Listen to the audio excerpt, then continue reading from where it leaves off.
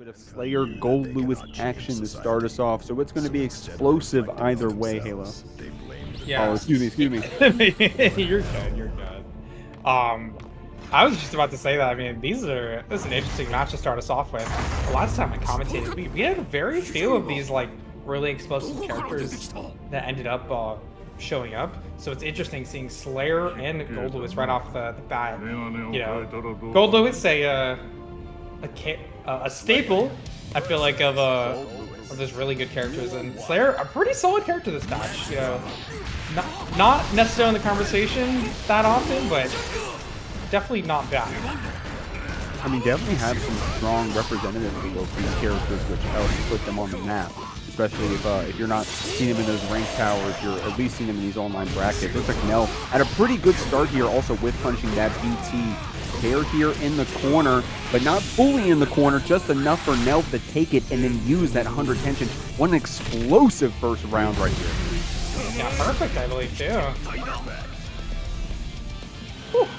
Yeah, finishing it off in very flashy fashion. Very solid first round. But, oh, immediately challenging our round start. That 5K is just so good. He gets the counter hit cross up as well. Optimal combo off of the G as well. Got some fast RC routes out here. Nice stuff. Yeah, you got to spend that burst, lest you're going to lose the round, but it delays the inevitable as Nhelv pulls back up, getting another perfect. Now, that's definitely a way to warm up your ladder run, is by getting that double perfect to start off. Now, it was only one game. Reminder, Guilty Gear Strive played first to 3. So we're going to be here for a minute. Pear's going to have a second to dust off that beating we just took right there and come back in with a new mindset. Yeah, I mean, I feel like the main thing that you could see in that first... Oh, immediately onto the Chipp. And that is an interesting change, because... Yeah, this matchup is also notably, like, Chipp, such a good character, but, you know, getting hit in this matchup is even worse than it would be normally. But you don't want to let that change, like, stop you from trying to... Oh! Yeah, that was going to hurt. That was insane. That close slash hitting right there, I felt it, Pear. I felt it, trust. Nhelv, not feeling nothing but the taste of victory, using that fast PRC to close out that round with style. Only took one close slash. Oh, look at that. He gets the bite as well, so this next hit could be Pear's undoing, but immediately you're going to be able to get rid of that debuff. Getting rid of the bite debuff is so important in this matchup, because you definitely don't want to be taking one of those hits, and this should be it here in the corner. Gets the wall break into super. 2-0 right now for Nhelv. I gotta call it out though, Hollow. Pear is active in that corner. You're seeing those FD blocks out, trying to get that distance away from Nhelv so we don't get beat up by those whiff punish 2Hs. We're holding up back. We're using that jump normal on the way down. It's just that Nhelv was ready with that 5P jab, which was kind of crazy, by the way. That was like max range on that jab that ended off the round. So Pear is active there in that corner. We'll have to see if we can just get active in that mid-screen, just get a couple knockdowns here against Nhelv, put Nhelv in that defensive situation. Maybe we can get some rounds here on the board. Here we go, game 3, duel 1, let's rock. Oh, immediate sweep. And that would have been the corner combo, with the side switch, but immediately both bursts are going to be out. I like this round start here for Pear. You get some pretty good control, but the anti-air is solid. Oh, the backdash cancel. It's going to destroy their health bar off the 15 meter. Look at that, they're back in the corner. Oh, almost enough to kill. I like that air soul there from Pear, and it pays off. Awesome counter hit, showing you what this Chipp can do. It's going to be a reset and some good damage. All of a sudden, this is a very winnable round, but Pear can't make a single mistake. Yeah, you gotta be really careful. And meter is going to be up eventually here for Nhelv, but not even going to need it. The mash out is going to work out, and that's going to be set point right now for Nhelv.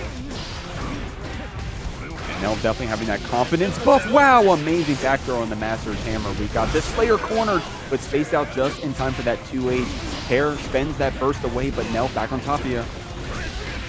Oh, the vortex here. It's so hard to deal with it, and this is going to be death in the corner. Optimal use of meter there. And death for you. Nhelv with a very solid 3-0. If, like you said, I feel like I see this character more early recently, but nice 2H just immediately into the meteors. Heavy, great round start, but getting This is spaghetti over here, Hollow. Holy moly! yeah. No full... Oh, go ahead. It's a no full combo off of that. There's a lot of drops there in the corner. But sorry, what were you saying? I was gonna say I want to give a quick shout out, Temmie. I was watching Temmie early in the beginner brackets, but here this is no beginner bracket. Again, this is ParagOnline, it's the ladder bracket. So Temmie out there branching forward. So definitely want to call that out. So that's awesome stuff. Getting out there, dominating Moon, not making it easy for you though. Look at that JD combo. Oh, nice air throw into the RC. This is gonna be the round, or at least it should be. Oh, and the 2H OTG to guarantee it. Good find on that 2H OTG, making sure that they can get the max amount of damage there. Wait, love the coverage, but Dominating Moon does parry out wake up. Oh my lord, Temmie actually blocking that Giovanna was crazy. I don't know if that was like a cross protection or what, but another parry coming out. Hey, you got to do those early, do them often. That time Giovanna not getting blocked. Dominating Moon, capitalizing on that. Not enough to kill yet though. Oh, that is going to be just jumping up a little bit, getting that gun super.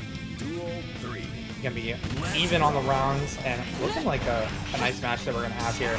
Oh, I love the crawl right here. Baiken tends to be a little bit weaker in neutral against that, but just immediate 5D coming out from Dominic. Good counterplay against them, just crouching in those situations. And big pressure, catches the backdash as well. Oh, I like that. Temmie not respecting that drop, was ready with the 2H to fight back in the scramble, and it stayed off. We got back to that mid-screen, but Dominating Moon spends that tension to get on top. He's trying to keep that pressure going. Try to go for Johnson, I believe, but Temmie gets a second to breathe, throws out some items, trying to block out this Baiken, but we're getting those hits. Oh, and that's death. Yeah, Faust not necessarily the most healthy character in that situation, but the super to guarantee it. Dominating Moon taking a pretty close game one. I mean, Dominating Moon right there. I'm no Baiken player, but I think depending on if that was the sweet spot, could have even done more damage there. So was in a great spot to try to win that one out. But Temmie doing some awesome stuff. We're active there on the 2Hs. We're active with our anti-airs. We saw some crawls already in that first game. You definitely got to take advantage of that if you're playing Faust here. We'll see what happens here in this game too. Find on the back of Dominating Moon. They're presenting a lot of these lows. So, oh, hello? Oh, why? Expecting nothing out here, Hollow. We're waking up. We got many games to play. It's a ladder bracket, mind you. We got a lot of games to play, so why show you any respect in one? Nice parry there again from Dominating Moon. These are doing really well for them. Oh, but that's a giant hit. Oh, and unfortunately they get the side switch, but still a lot of damage off of that. They tried to go for the cross. You were safe, forcing Dominating Moon to spend that tension to keep that pressure going. Waiting for, oh my god, oh, wow. Okay, a lot of parries there. I think we just saw 4 in the past 3 seconds. Temmie taking advantage of that, getting on top of you, getting that afro. Nice backdash. I really thought that was going to get caught. Oh, messes up the combo to PRC to get the JD hits and gets the pickoff off the afro. Temmie picking up that first round. Faust players only want one thing, Hollow. You know what it is. They want to pop that afro. Nice stuff right here. Temmie with a great round start, putting the Baiken in the corner. No respect that wake up from Dominating Moon, but they are going to get punished from that.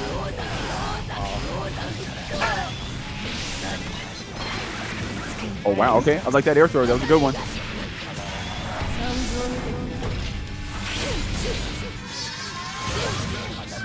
They're going to get Oki's, but they don't have meter. So they have to go for something a little bit safer. Oh, but that was anything but safe, but it's just hard for Temmie to punish in the situation. RC, they're trying to bait out a parry, and the burst comes out. Dominating Moon, bit of the back foot, but still in the offense. Oh, that S-tap catching back dash is going to pay off well here for Dominating Moon, who decides to keep the corner pressure, or at least attempts to. Temmie is able to pull up out of there. Didn't choose to spend the tension yet, so we get to keep it in the back pocket, and it pays off. Reversal super on that H-cat. Temmie is going to be able to get game 2 here. Yeah, I feel like Dominating Moon really wants to play this in a sort of super scrambly, I'm gonna make decisions super quickly type of way. And Temmie getting a little bit more control in game 2, I think that like really helped them to quell the chaos.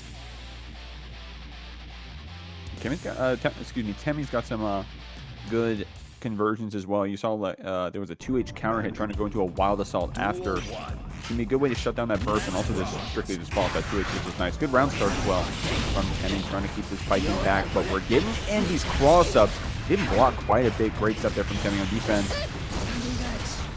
Oh, nice block on the overhead. Throw the hammer, tries to trap them in there. They step on the banana. They can do some good stuff here. Going to be the Ozanson to pick us up. Nice. I haven't seen too many throws yet, so great stuff. Sprinkling these in back to back, in fact. Oh, nice pickup as well. Oh, misses the wall break. And this is going to give Temmie another chance here. Blocking out those JHs, but a little too much respect. Dominating Moon, getting in your head, closing out that round. It's taking a little bit longer than we possibly intended. Temmie, going to see if we can take advantage of that with that burst. Dominating Moon with the full screen. Oh my god, wow. I think they're trying to hit the outer hitbox of if they thrust, like... Trying to get that Twitter clip. Yeah, literally.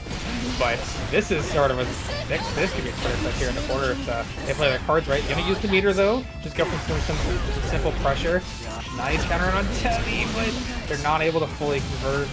Dominating Moon opting to back up and not get hit by that command grab. Nice just block, but no punish on the swing. I did like that anti-air from Temmie. Oh wow, great ping pong there from Temmie. Great item awareness. You gotta have that if you're playing Faust here competitively. Unfortunately, not able to link that 6H. Dominating Moon, however, gonna be able to close it out with swag. Is all I can call that right there. Great stuff getting this game 3. Yeah, a little scrambly, like I said, but still closing it out. Like making sure shutting down Temmie in a lot of situations. Like it feels like both players have a lot of opportunities, but they're just getting a little bogged down sometimes. So we'll see if who comes out on top, because I still think Temmie has a chance in this match. They've shown a lot of good things, so we'll see if they're able to take us to a game 5. Temmie definitely... Okay, both players a little bit of a 5D button check. Like, yeah, I still got that down. Great stuff. Temmie going to get this first hit. Definitely when Temmie gets that momentum, we start crossing people up back and forth with the mixes. And, we start feeling ourselves. We definitely start looking strong. Great crawl through that S-cab. You got the bomb on you. Dominating Moon. Playing around it pretty well here, though. Yeah. Able to avoid it, but are they going to be able to avoid this one? No. Forced to block in this situation, and not a lot of help on Dominating Moon, but they do get Escabari. Good situation here for Dominating Moon. A lot of buster rings, but the throw as a punish a little bit too late on the air button. They're trying to take advantage of all those active frames, but you can still get that throw in that situation. Temmie, 1 round off of the game 5 right now, and looking real good to be able to do it, but parry. Oh, whoa, that was tricky. Temmie actually crossed up by our own bomb. Dominating Moon with an awesome air dash out to start that one off. You may see a burst here from Temmie. I'm not sure. We'll see. Dominating Moon going to spend that super to try to bail you up from even attempting it. It's not dead. Oh, just a walk-up throw, though. Into the PRC 5D? I don't know why they keep doing that. I feel like they definitely are risking dropping the combo a lot in that situation. Well, you don't bring your tension between rounds. It is Dominating Moon possibly just trying to have a little bit of fun with the style points, per se. Temmie going to try to take advantage of that one, though. Great air just block there on the thrust. Able to get back in here onto Temmie and keep them in the corner. That's a lot. Not going to be enough to kill, but building up that tension with those parries. Forces out the burst. The JH is a bit too strong in the situation. Oh, just a bit IAD on the bomb. Gonna be super disruptive, but Dominating Moon still has a lot of control in the situation. So much meter though on Temmie. Oh, they try to go for the whip punish with PRC, and just the H Kabari follow-up is gonna end it. Dominating Moon with a 3-1 win over Temmie. Awesome stuff there. Dominating Moon definitely looking pretty comfortable there, especially towards the end, having that game lead. I mean, we were able to get the first one as well, so I mean, in the scene. But guys, coming up, I mean, I'm excited to see this one, Hollow. It's none other than Pingus. And we were talking about this name before the match started. I'm kind of not surprised it's a Bridget player with a name that unique, but they're going to be up against RAMAN. You guys know RAMAN out here in this game is going to be playing that Testament, trying to get something started, but the DP comes out. Yeah, definitely Testament, one of the more rare characters, but I'd still say kind of a classic in this game. Okay, love using that die pick to come down out from Pingus, but oh, they get the hit. They're trying to bait burst super hard there. Not gonna work out. The mix sort of getting out of, yeah, not pretty hard combo to stabilize, honestly, but still gonna get this pressure here in the corner. Using that 50 tension to get another hit in here. Not gonna be enough to kill. So RAMAN, still a very winnable game, especially with that counter hit. You got your full screen. It's gonna be that low arbiter to finish it off. Great stuff there. RAMAN keeping our burst as well, so definitely in a pretty good spot. Woo. That's a nice hit. A good find from down.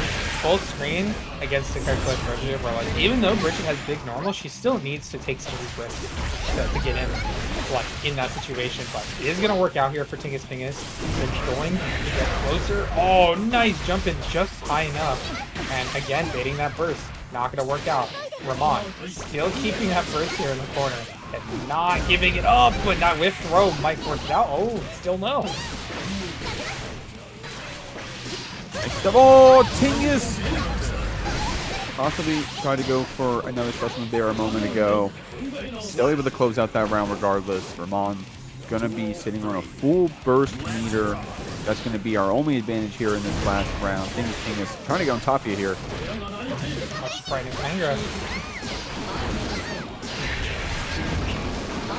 Alright, here we go. Full screen zoning. Trying to go for that long range command grab in case they decided to jump. RAMAN good with the keep away right now. That was an amazing teleport and guarantees a mix up at full screen.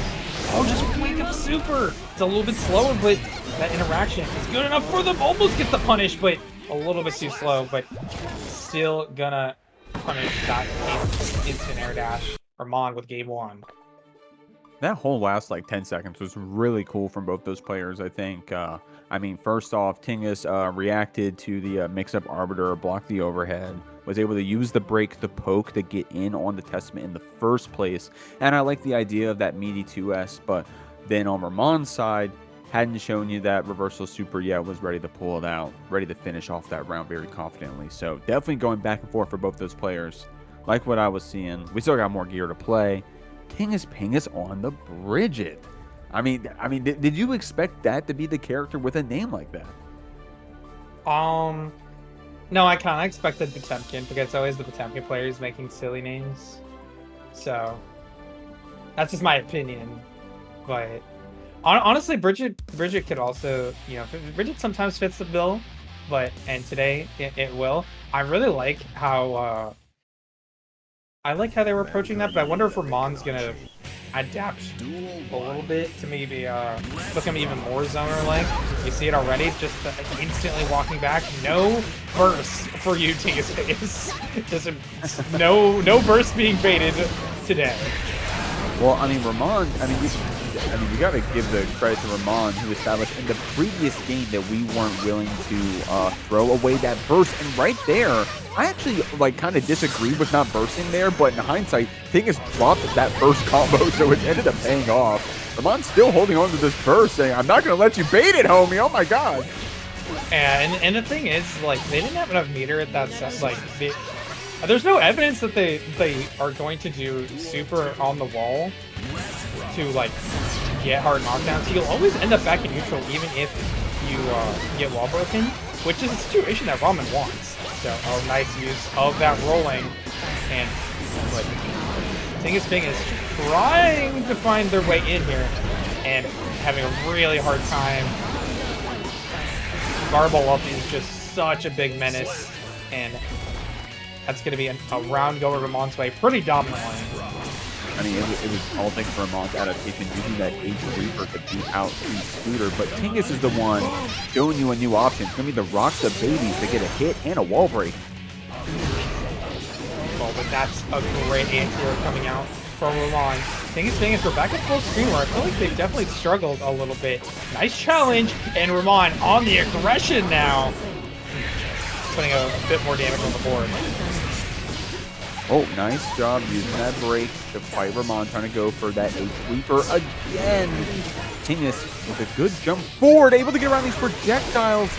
Sends that gold burst in the scramble. We're dropping our spaghetti out here. Oh, that 2D should have ended it, but the rolling will catch the jump, and Pingus evens us up. Strong stuff. That is a special move, by the way. So even if RAMAN was like, oh, okay, I'm ready to block, you know, unless you were FDing there, you were going to get chipped out. So great stuff there. Tingus locking us down at the very end. I mean, I'm going to keep it a buck. It got a little scrambly there at the end. I mean, the victor tells the history or whatever, you know, I don't know what the analogy is. Point is that Tingus is the one getting that game on the board. We'll see what RAMAN is doing here. Definitely some strong adaptations to try to keep the Bridget away. It's just, I think when Tingus is getting on us, we're not getting off. Yeah, they're very focused on like full screen zoning, but when it ends up being close range, I think it's more of a toss up there. That's something that Tingus wants. Oh, just right out of range for that 2K to work out, so it's going to be a situation in the corner is still going to be dropped. Tingus back on the offense, guaranteed plus range, guaranteed 50-50 yet again with a 2K low profiles. RAMAN back in it a little bit. Still on, getting pressured. 5D of the combo off of that, and this should be a wall break. Man, beautiful conversion there at the very end. RAMAN holding on to this burst, holding on to these defensive mechanics. Tingus going to be able to finally bait that YRC. Tried to bait the burst as well. At this point, if you're trying to bait burst, I actually just think you're incorrect. RAMAN has showed you that that button is clearly not bound. I kind of understand it, of the mentality, especially with Millia, where like, I'm gonna open you up again in this pressure, like I'm gonna get the chip damage required to get a kill anyway, so I might as well try to get the burst. Look at man grab is such a menace right now. No fuzzy jump right now from RAMAN in that corner, just getting their 2K basically beaten by that twice in a row. The gold burst comes out, and now RAMAN has no burst. Able to get some time away. Oh my, whoa, dude, if Tingus picked up off that 2K, I was going to jump out my chair. Gotcha down full screen. RAMAN's got you in the Arbiter sign, Tsukiyomi, and he mixed you up so bad that the throw was all we needed. Strong stuff there on this Testament. Yeah, that was looking a little dire for RAMAN, but they're back in it again. They get that counter hit, R slash, and nice fight with the 2H. No full combo, and Tingus is going to take advantage of the no Oki situation here. Get this knocked out. Complete new pressure. Mashing on that 2V, and a super to get this 50-50 pressure after wall break. This is dangerous. That was a good cancel there from Tingus. Gonna use that burst. And hey, I don't wanna hold that YRC, homie. I'm gonna spend this burst try to keep you in the corner. And hey, it's paying off. RAMAN gonna be able to get that blue burst on the wake up. The Arbiters come out, and there's that H-Reaper wall. I just went right through it.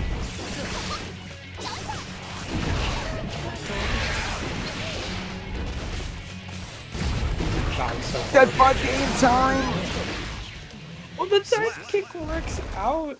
Pingus puts a second one on the board. Lovely use of that. It's very hard to anti-air characters in this game that like control their air momentum like that. Like you end up 6Ping and then you're just 6Ping air. And get totally punished for it. The air stall itself, if that wasn't enough, it's the fact that she's rolling above you. You know, it's. I mean, you're right. It's a hard one to try to deal with. So Tingus gonna take advantage of that scramble. Pingus out here, the people's champ on the Bridget. But I like what RAMAN is doing. When we're getting that chance to play that zone war, when we get to put up that H-Reaper wall to keep this Bridget back, it looks good. We got a wild assault combo right here to take it across the screen. Fucks out again. The teddy bear drop. I think it's 3-0 right now. ropes that Roger comes slamming down, but is it enough? I don't know. RAMAN looking pretty good here with those Arbiter signs. If we can get full screen and get that Arbiter sign Tsukiyomi established, he looks pretty good. Tingus not going to let you, though. Nice smash there from RAMAN, throwing into the corner after. 6H, no cancel after that. Trying to wait for something. Nice jump in. It's going to be a setup here for Pingus to get the cross-up. So we're out of the corner, but this mid-screen combo still looking pretty nice. Guaranteed Oki 50-50. Adam beats the lows. It's hard to challenge rolling situations. And yeah, just immediate use of that super and a set point for Pingus. Strong stuff here from Tingus. That 2H ground start, though. I think RAMAN has some pretty strong ground starts in general. So definitely has that going for them. That curse still applied. That stain not going to be popped this time, though. They're going to block these arbiters. We're dancing around the projectiles. Tingus getting on top. Strong Oki situation. Oh, no super. I think they missed the Kara super there, but the super at round starts have just been so strong to beat whatever RAMAN is doing at that round start. So, but corner situation here for RAMAN, and they're going to be able to super. You get the stain state and a hard knockdown. Very dangerous. I think it's been 100 meters. But tried to press a button on that wake up. RAMAN was ready with the 5D meaty. And it's going to be a counter hit, bringing us to game 5. But we've been going down to that last round so often. It's either player set out here. It's the Zoner and the Pixie character clashing it out.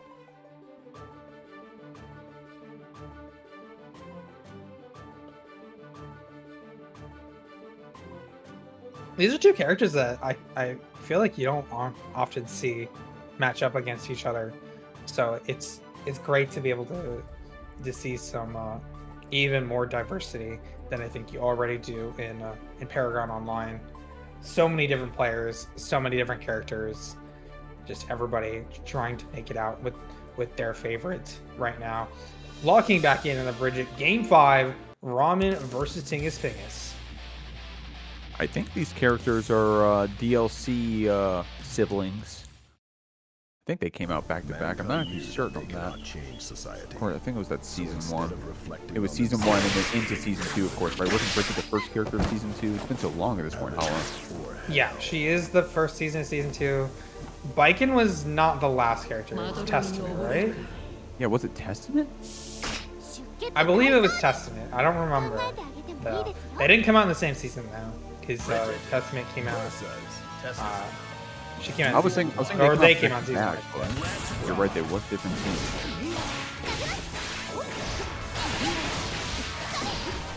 Oh. Nice XP. Oh, the jump in. We're going to be able to get this knockdown situation. Okay, Pingus really trying to shimmy RAMAN in this situation. And we're going to be taking this combo right across the screen. Love this situation. And too far away for YRC to work. Unfortunate stuff. RAMAN going to be able to use that super to close out this first round, putting us on set point, but it's not lights out for Tingus because we have that burst in our back pocket. We've gone down to the last round in the previous games. We got what it takes. We've got to get the hits. The mash actually working out there on the command grab. Nice whiff punish though from Tingus. This corner control really paying off for them, and it's going to be an immediate focus situation here for Tingus, but they're going to go back to full screen Crow. Really good use of Crow there.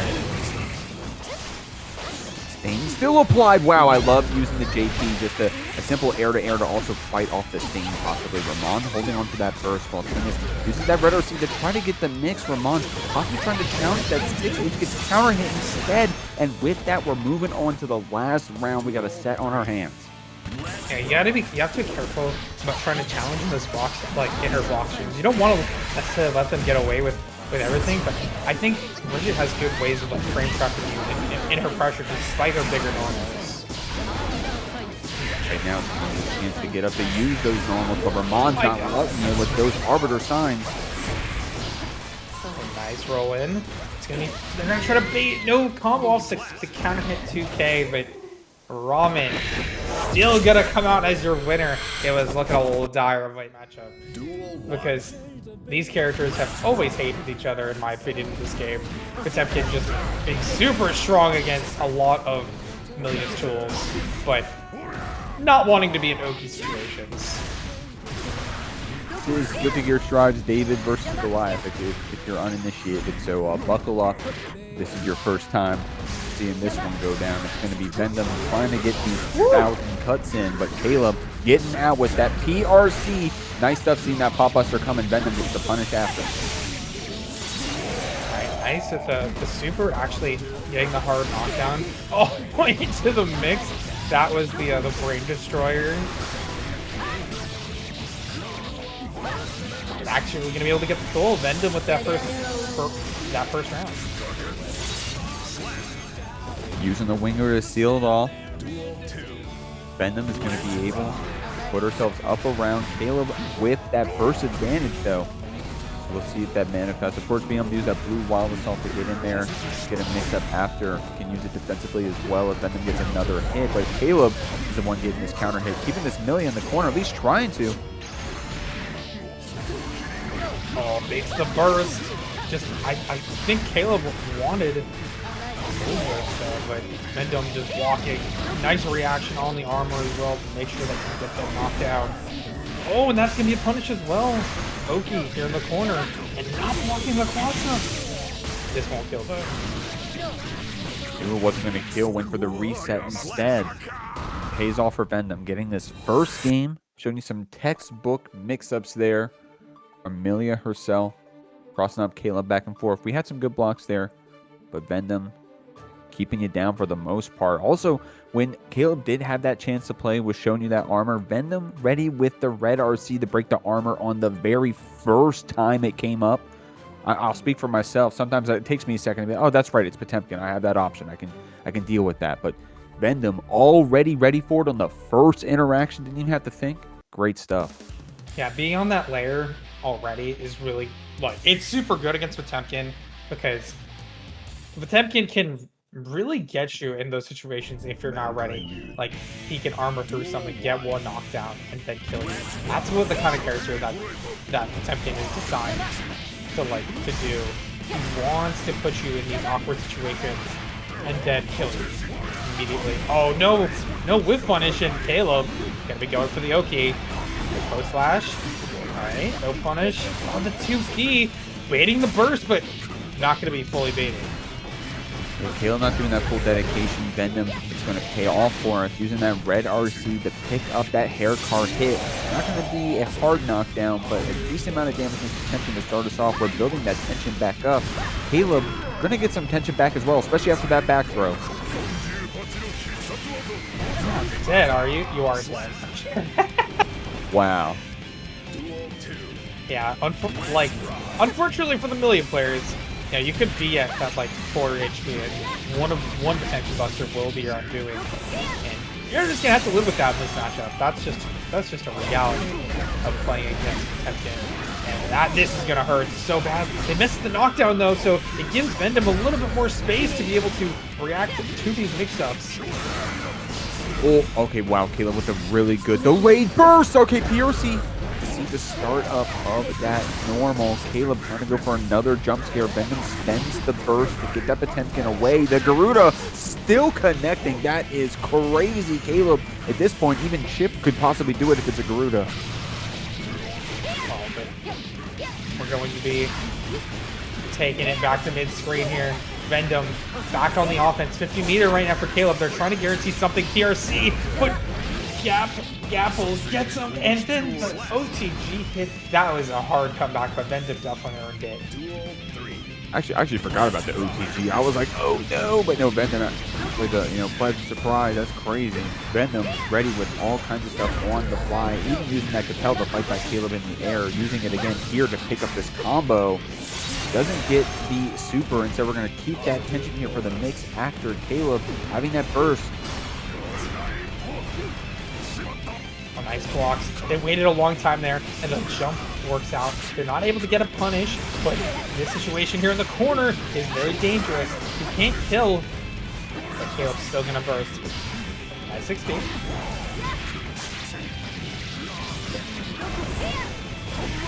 Try to get something started here. Probably trying some sort with that Artemis. Going to be able to get away from those Pop Buster PRCs. Caleb loves showing that option, but maybe to a fault. I'm going to keep it real because Vendum has been ready for most of them towards the end. Now, Caleb was able to... There was that one round where like, oh my god, Millia's dead, right? But now at this point, Vendum learned their lesson. We're holding up when Pot's coming at you with 50 tension. Yeah, and it always seems to be working out for Vendum in those situations. And I think if this was the Potemkin of last patch, maybe you would be able to get away with some of this stuff. But they definitely made it harder for some of that to just win easily. Oh, scary with a how much into the match arena? It looks like throwing in a fat 30 right there. Big shout out to Scary. Thank you very much, homie. Scary putting Guilty Gear Strive net play on their back, so thank you very much, Scary, for that one. I know Paragon appreciates you, and so does the players at the very end, so thank you, homie. Thank you so much. And I'm sure one of these two might appreciate that if they make top 8 here, but Vendum trying to put themselves in a very dominating position of set point. Catching that backdash though, Caleb not out of it yet. Attempting the kind of character where you have to be careful. Okay, and I don't hate that burst, by the way. We got 100 tension. This is a very winnable round, especially. We can mix up this Potemkin, but Caleb not falling for it right away. Septum Voices linking to a follow-up. Not going to be enough to kill. Look how much burst we've given back to this Potemkin. Even if you do win this round, Caleb with the full burst. Now, Vendum is on set point. We'll see what happens. Yeah, that was... I'm not sure there was a more optimal way to finish Caleb off there, but got given a lot of burst meter in that situation. Vendum had a lot of risk there as well, trying to bait something, but there is no burst online. And just immediate overhead yet again. Vendum trying to force these situations to go their way. Caleb, 50 meter. Nice teleport through though. Okay, not committing to a burst bait quite yet. Caleb holding on to it, gets the wall tech off. Vendum now going to be in the corner. I like that just block there on the wake up, but Caleb taking advantage of your blocks, goes for the throws. Oh, and he's dead immediately. And comeback chance unlocked right now for Caleb. I feel like the way that they played that round, you can definitely make this work. 6 feet, not going to connect. Vendum gets that close slash anti-air, tries to bait burst, and you still get okay in that situation.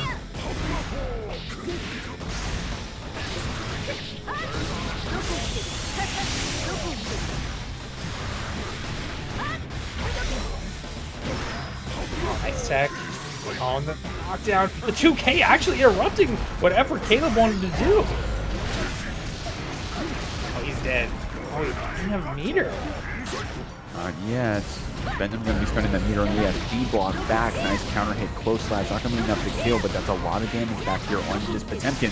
Wow, maximum damage linking into that S-Disc at the very end. Vendum with the RC. I could have sworn we did a start of S-Disc there, but probably wasn't airborne quick enough.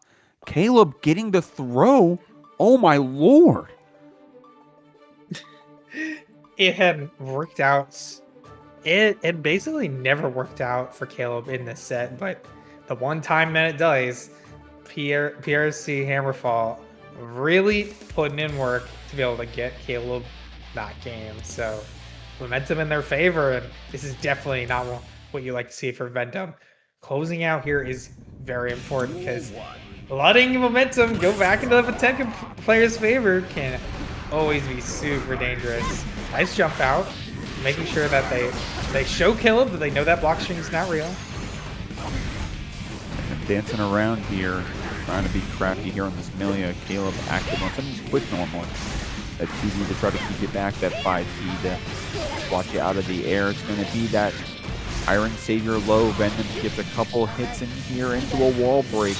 Looking good on the Millia. The pressure's on them, right? You're trying to close out this round that you're ahead in. Caleb they're just having a good time. Wouldn't it be funny if I won all of a sudden, you know? So there's definitely a lot of pressure here on this Millia.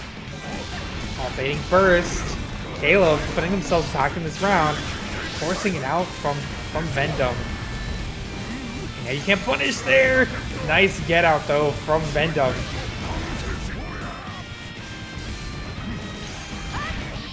Cool. Okay. Gonna link in that Septum Voices. Caleb, will be getting our first. There was a universe where we spend it there, but I don't hate keeping it. Not, you know, not a wise choice, I'd say. Vendum, however, on set point. Bad situation right now for Vendum. Out of the corner. Nice jump out though. Still able to block Caleb. Being put in the corner. 50-50 off of the jump. He tackled to try to close that distance. Don't let Vendum have a chance to start getting established in that area. Heat tackle to close the distance yourself. Nice job using that jump scare PRC Pop Buster to even up the rounds again. Still set point for Vendum, but Caleb weaving in these Pop Busters is paying off. Yeah, I love like you could see the conditioning there where they were punishing them for jumping and then immediately go for Pop Buster, trying to really make it hard for Vendum to choose right there. Oh, they really wanted Pop Buster in that situation, but Caleb guessing wrong. It's going to be a positive bonus right now for Vendum, but we're back to neutral at almost 50 meter right now for Caleb. So Mega Fist going to be super valuable. They want to stay in this set. They're going to have to find something out. Right now, Vendum is on the offense. Oh, what was that? A wake-up 2S there from Caleb getting whiff punish. Vendum going into the winger, keeping the burst from being established, and that's going to be the Millia. Two characters that, yet again, are just, you know, not necessarily as popular, but those specialists that play them are very, very strong. Pikguy. Love that range that they're playing at right now. And it's hard for Testament to necessarily, like, contest, because all of those minions do beat fireballs. Pikguy's really good with those minions. So much so comfortable with the minions and block strings and stuff that you're going to see, calling it now, you're going to see Cheer Super more than any other.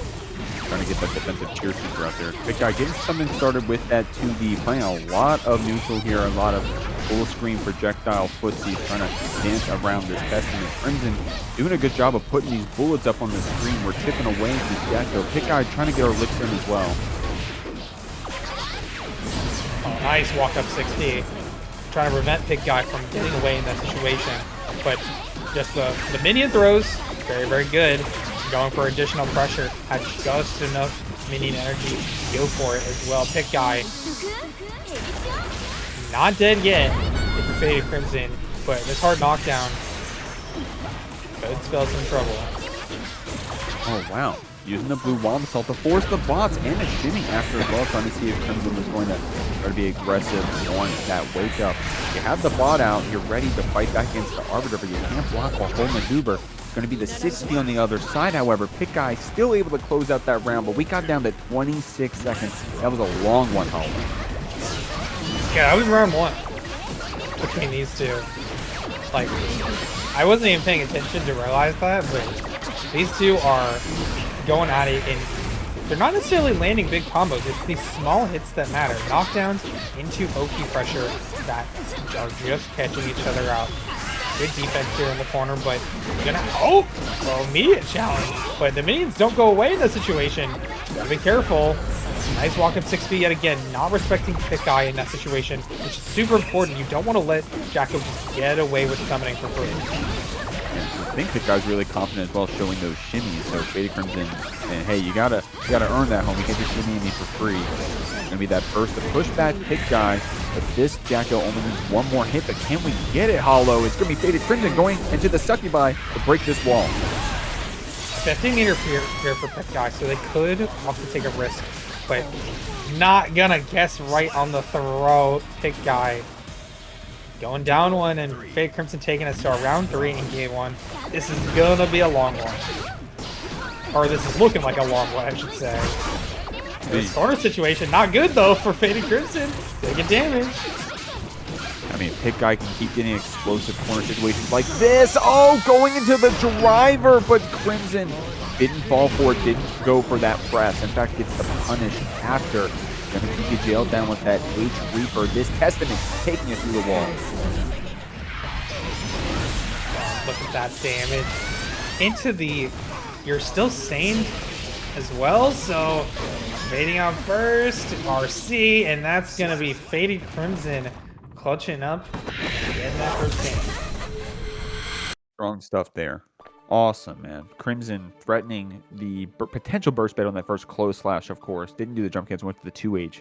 That's where we were ready with the red RC. So Pikguy wisely delaying that burst until that moment, but because we were thinking about it, because we were smart, Crimson took advantage of that, was able to take that first game. It always feels good when you lose. At least you got outplayed on the layer 2, right? It's like, oh man, they were actually still one step ahead. That's crazy.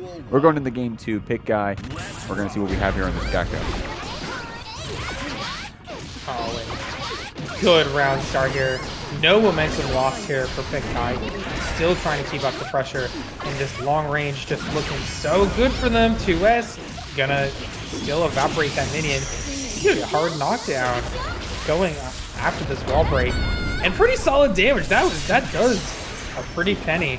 FatedCrimson went out in a dream in the situation. Looking for that right win with just a minion throw to punish the 6p lag. The Pikguy not picking up risking that round. anything, right? Going for that projectile. At the very least, probably could have chipped out that Testament from that position, but it's going to be Crimson getting back on top of you after that round, getting this burst away from Pikguy, but that gives us a second to get the goobers out and put this Testament in the corner.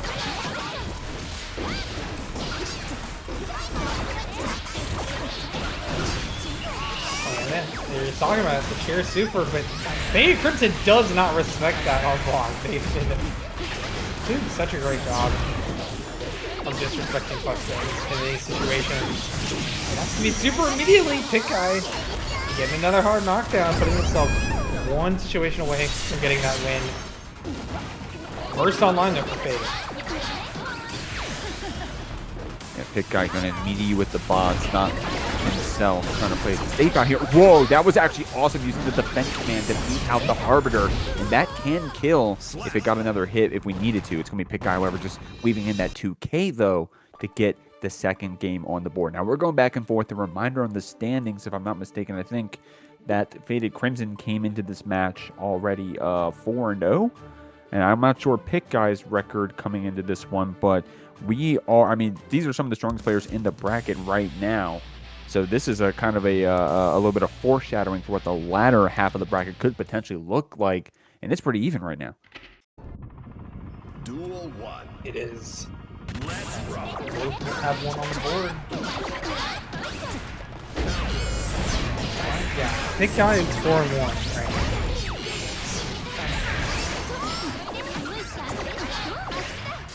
Nice throw. Like, try to keep the pressure up. Put the jump in from Faded.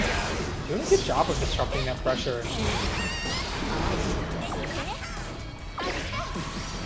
Well, I like that we were actually with that defense command.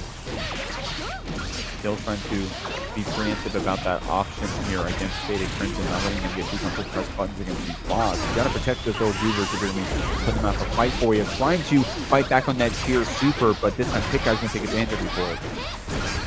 Yeah, and yeah, you might even get chipped in that situation. Very nice round for Pikguy. But FatedCrimson not out of the game. This game 2 is super important. Go up in the set, but both players are not giving up so easily. FatedCrimson finding a really nice hit off of the stain, and is going to be looping that up into the next situation. Nice stuff here. Crimson getting in the corner, building up that tension for another loop. Tester kind of plays like HC in that way, right? You get the one super hard knockdown, you try to loop that positive bonus until the game is over. And sometimes they look like this, right? Crimson getting a couple nice wall break situations back to back, gets a perfect, strong stuff. Good back down out of the situation, but Pikguy still finding the counter hit in the corners. Going to force out Pikguy. Not Pikguy, force out FatedCrimson first.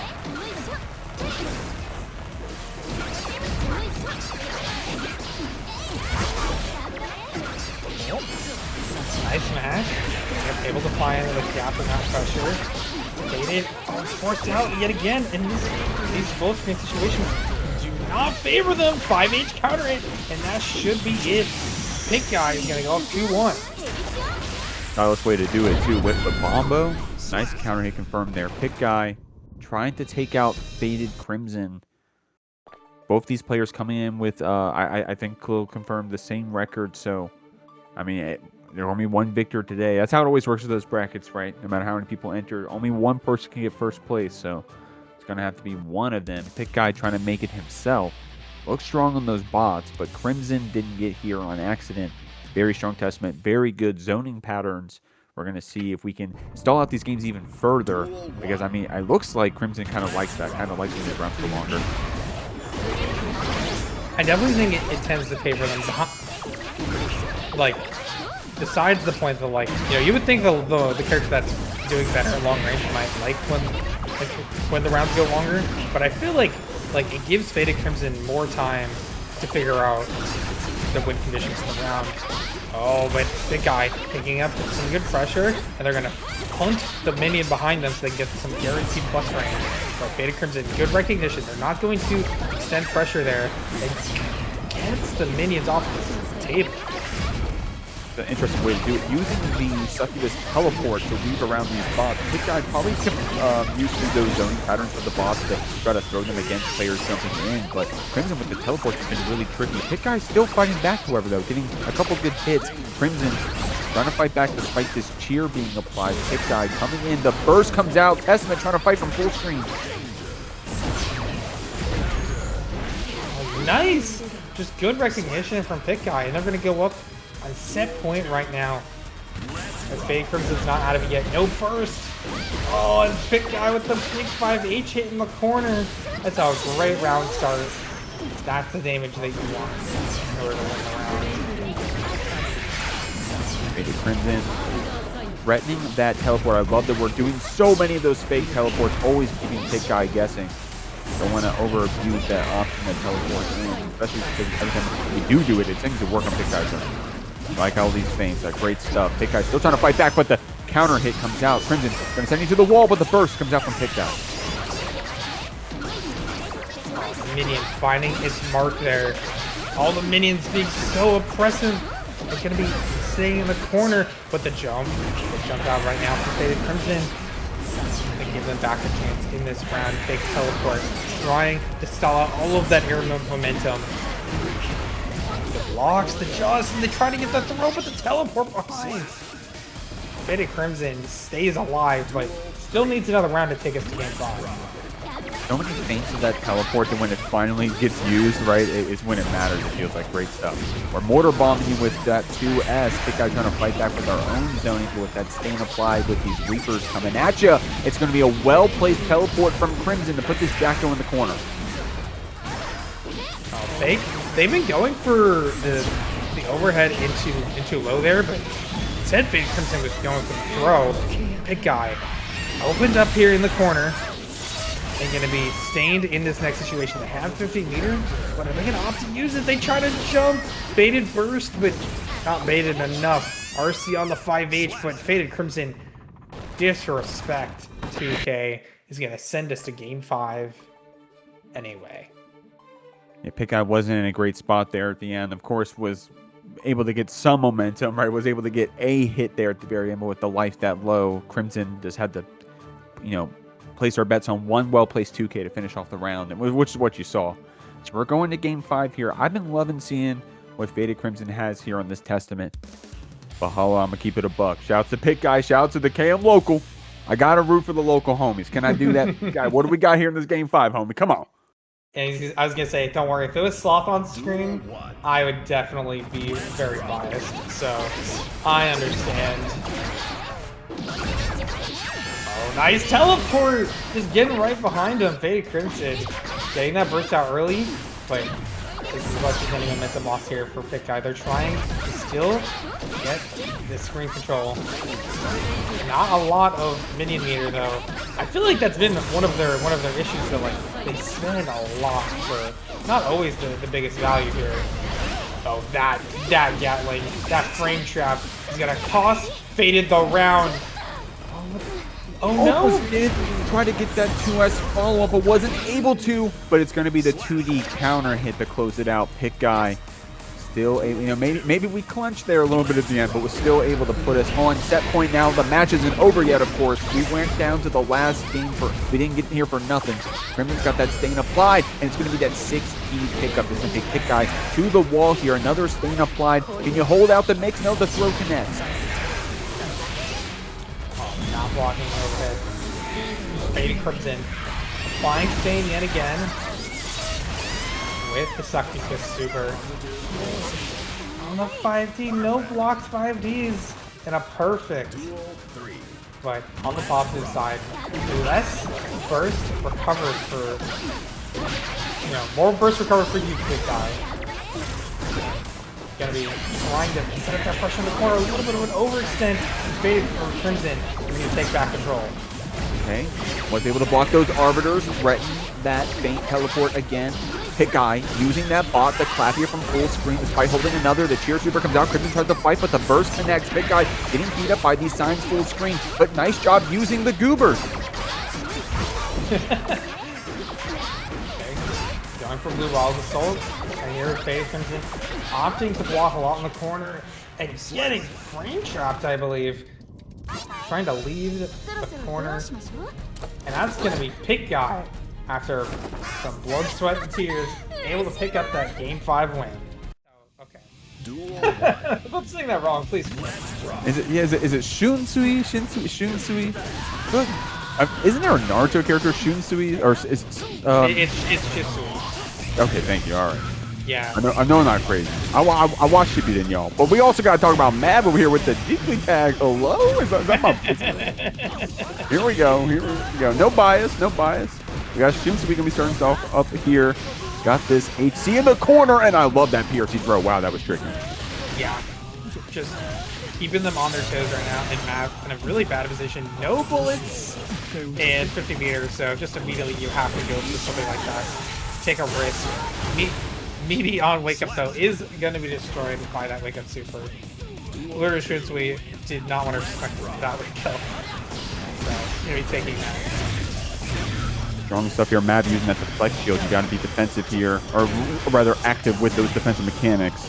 Mab with some good block pressure. Shunsui with some good blocks, getting rewarded with the throw instead. Mab going for a lot of strikes here with no ammo. Gonna have to pull out some more throws. Enough time to reload, but the Hawkbaker comes out. And you don't have a lot of resources here for Mavs.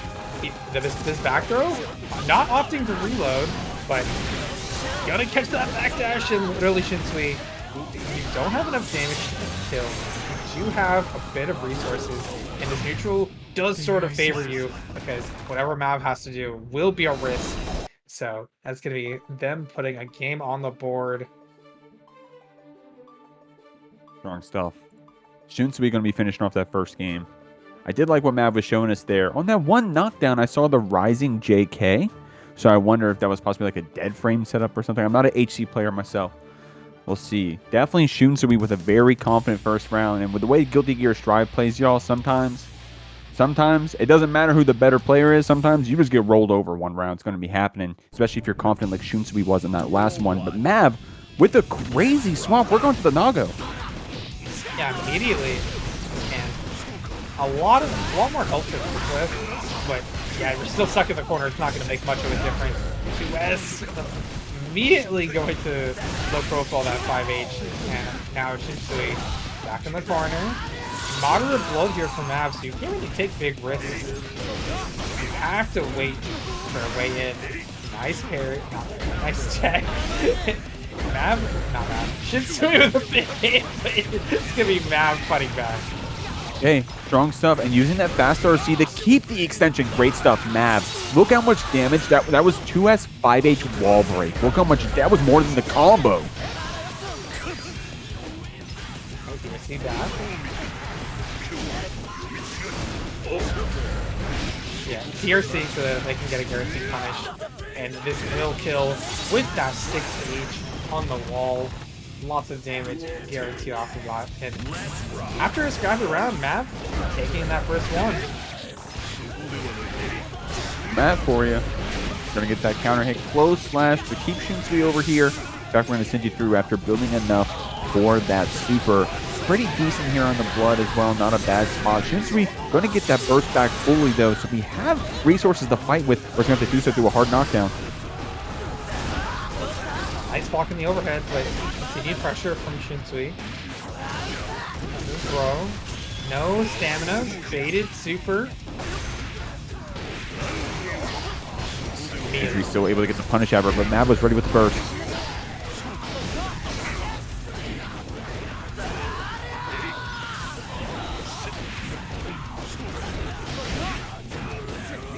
Extra low. No stamina left. Nice anti-air. Immediately going for the super. Gonna be able to get the wall break as well. Hard knockdown with Mab. 50-meter on wake up. Deciding to not press anything. Oh, but maybe the recovery frames here? No, Shunsui was able to do the up back. We were spaced out regardless. It's going to be that overhead red RC to close out the round, but it was either player's game there. We're going down to the wire here with this Nago swap. Yeah, a little scrambly, but that backdash as well. Oh, tons of blood to work with here, but gonna get DP'd and then catching that backdash with the overhead knockdown, but we aren't respecting each other's wake-ups at all. 2S will still pick up the combo. Okay, Mav taking you to the corner here. Shunsui gonna use that deflect shield to keep you back. And it's going to be that pickup red RC. Mav does have his burst here, and we're looking pretty good on blood. Trying to stay on this side of the wall, possibly. Trying to get something started with the clones as well. Shunsui does have tension, and it's going to be spent on the air RTL. I can't believe the reaction there, but 1 health in a dream. Nago still pretty healthy. And the throw into the corner. This could be super dangerous. I wasn't keeping track of the blood. Did you notice that he was going to pop? I'll be honest with you, Hollow. I'm not sure if it was the Fukio back that made the pop happen, or if Mav saw the pop coming and then was like trying to big brain Fukio back to try to get some distance or something. I'm not actually certain. I do know what I do know for certain is that Shunsui was able to get that last game, which hurts. Which hurts. No bias. Definitely a strong game too there. So Shunsui, a very deserved player, able to get that one. We're looking strong here on this end, no matter what Mav throws at us, but this Nago looking strong. Yeah, I will say the Fukio back did actually pop in. Right, immediate burst. Both players, no burst. Shunsui in this corner. We're going to be going for the little pop combo. Going to stay in this blood pop state. The fight against Shunsui, we're going to see that close slash come out. Great reactions here from Mav. And with 100 tension, you could possibly set up a win on the next hit. You did clone. Oh no, we also did Fukio forward. So Shunsui picking RTL, wins that round and goes to set point. Yeah, they wanted to skip neutral. They didn't want to have to fight Shunsui in that mid-range, where Sin is pretty strong, but I will argue that I feel like they're playing this pretty aggressively. A lot of situations, no punish on the first, and it's going to be Mav with the nice reactions, able to throw them into the corner, throw a little bit too far there. Shunsui only 1 hit away from it. It's going to be a super, and it's going to get baited. Wow. Oh wow. Do you think Shunsui actually was able to FD cancel a button there? I'm not sure. Regardless, it's going to be the Sin winning that set 3-0. Strong stuff there from Mav. Swapping to that. Coming up against Somedude, not just any dude. Somedude going to be coming in on that Anji. We're going to see how these players fight it out here. It's not any dude. It's some dude. Yeah, don't get it twisted. Not just any dude. Put your pressure on block. Gets the 2K2 needs some punish. Oh, immediate parry super? Man, I think it's the earliest I've ever seen someone try to do that, but yeah, you don't want to respect that. So I kind of get it. Nice aim here. Yet again, parry super, 2 times in 1 round. Gonna be a hard knockdown off of this this wall break. Oh, and we're catching Taki as well with the 2S. Spending that burst back, but not going to be able to keep fighting back up. When you spend that PRC on the fish, I think that at most you can be safe. It's a weird one. Somedude, however, going to close out that round. About to get our burst back as well, despite being up. This is some dominating pressure. Even when they go on defense, it's immediately into that parry super to make sure that they get that turn back first after used to stay in advantage. No combo there. GG on wake up Taki trying to get them off of them, but right now Somedude is just not letting up. Oh, Somedude going for Rekka 1 back into Rekka, like doing the Rekka cancels into itself. That's confident. So this Anji definitely feeling himself. Somedude pressing 2S on wake up too. My God, dude, Somedude playing like they can't lose. Taki, you need to take advantage of this. Yeah, Taki able to good recognition. The game plan there was literally just I will spin and they will press it to me. But no, Taki able to get those throws. Kai's one of those characters where I feel like he is usually able to pick up on those pretty quickly because they already want to go for those strike over pressure anyway. So seeing that much spin does usually end up with those throws. All the Rekka low, and that's going to be no hard knockdown, but big advantage for Somedude. Taki going to use that Thunderper Red RC to bring this Anji to the corner. Hey, in fact, send us through the wall, so bring us to the mid-screen. We're going to get that positive bonus. Somedude, you got to be careful now, because with that tension built up, definitely going to see some parries on the wake-up for sure.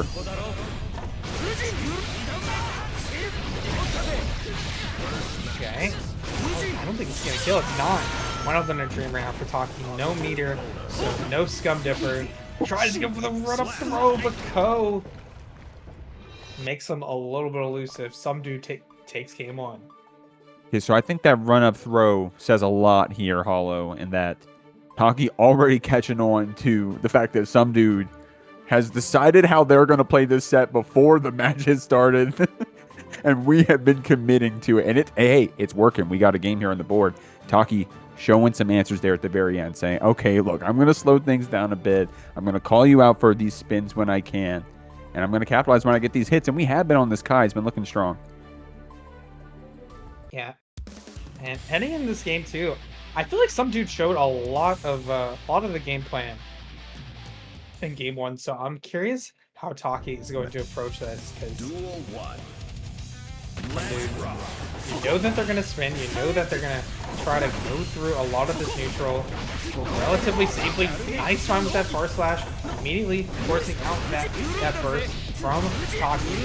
And Somedude, you know what? I feel like this is a good answer. They're playing a little bit more active. They're trying to immediately go for those follow-ups. Nice stuff. Going to get that low. Going to this H-stun edge. That OT situation getting improved in the latest patch. Taki taking advantage of that. Sending Somedude through the wall here with a hard knockdown. But you have tension on the wake-up. It's going to be a simple backdash, not over-representing that parry super. We're going to keep it in our back pocket, but Taki getting some licks in. Another parry super. Third parry super in just 2 games. Nice spacing, but it's still going to get thrown. Flex shield, kind of a menace, but I like the use of Wild Assault in order to finish off that round. Good recognition from Taki that they got that hit. Oh, wow. I love that. Throwing that spin and then getting a counter hit right after Taki with a very commanding round so far. Not enough meter for Somedude. He would go for the parry super, but might be an option that they're going for there, and yeah, they do. Good spacing, almost doesn't punish it, but finds Somedude backdashing. Nice, perfect here for Taki to take a very solid game 2. I'm not certain, Hollow, but so first off, I think we saw another Wild Assault there at the end. That may have been necessary to keep Somedude from using that burst there at the end. It was really close. I'm not certain. But Taki, regardless, was able to get that game 2. So we're going back and forth here. Taki's showing you, hey, I'm not going to let you spin at me for free. Maybe I'll let you parry me a couple times. This parry's been going crazy. They didn't necessarily have burst back on the replay, but it was smart regardless because just the conversion might have dropped without Wall of Soul. Good usage of that burst here. Unfortunate side switch and let Somedude go for that 2S match. But Taki, you know what? It's worth it, he says. We're gonna go for the stretch in the corner. He's called out by Somedude. Right throwing me. Yes, especially because Somedude's been doing a lot of backdash on wake up, so Taki, you've got to go for that delay close slash. Right now, I mean, hey, I won't backseat. Taki's still getting rounds regardless. Great stuff. Full tension, didn't even need it. Throw back into the corner. Immediately.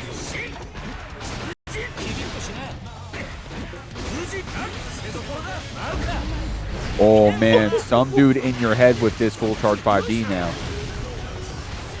Very risky, but paying off right now for Somedude. Dominating round. Okay, Taki feeling good about this one, spending that burst hollow. Callie's calling, unfortunately. That burst wasted. And going to this last round where I felt like Somedude has been doing a pretty good job of vortexing once they're on offense. But no burst for either player now. Love the use of the fireball as well. Make sure they check Somedude's movement. Taki, super good. Nice counter hit here for Taki. Going to convert off that one into a wall break. Not enough to kill. Somedude does have the parry here, but Taki with all this HP, you don't have to take any risks. Going to be calling your backdash here. Somedude spending that tension that chased you down. In fact, using the wild assault as well to make sure we put this Kai in the corner no matter what. Taki, great stuff. Going for that fuzzy stun dipper to close off game 3. Yeah, fuzzy punish stun dipper question mark? Or it might have, they just might have been hitting that immediately. Yeah.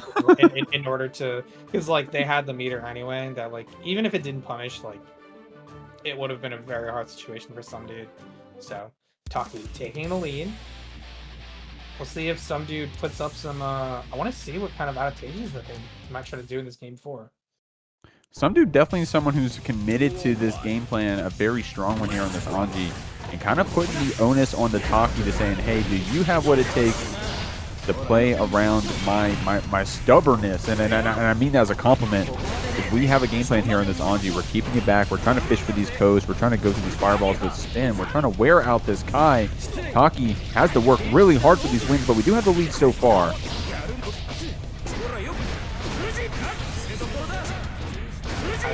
Keep up the pressure. Overhead not blocked. Whoa, he's going to be backdashing Taki. He's going to be picking up this right lightning into a wall break. Not a ton of damage, but put themselves in that distance to get set point. And here it is. Set point for Taki. Taki catching on to those backdashes, by the way. There were 2 back-to-back. Trying to call out some of these wake-ups here from Somedude. You can't just get the hits. You've also got to get the post-hits as well. Somedude going for another backdash here, and it pays off. This Anji has got you jailed down to the corner. The Rekka is getting blocked. The red RC keeps the pressure going. Trying to keep that turn going with that +2 age. Taki fighting out. Yeah. Despite the reflect pushing them a little far away, Taki still was able to keep up the pressure here. That's no burst for you in this situation, but you might have wanted it, to be honest. Oh, nice. The projectiles fighting back through these spins.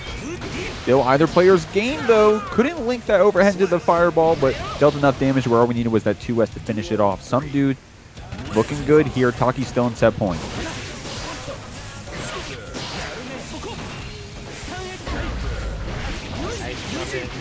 I believe the JS coming out from Somedude. But just the walk up, low slash, and doesn't throw that time.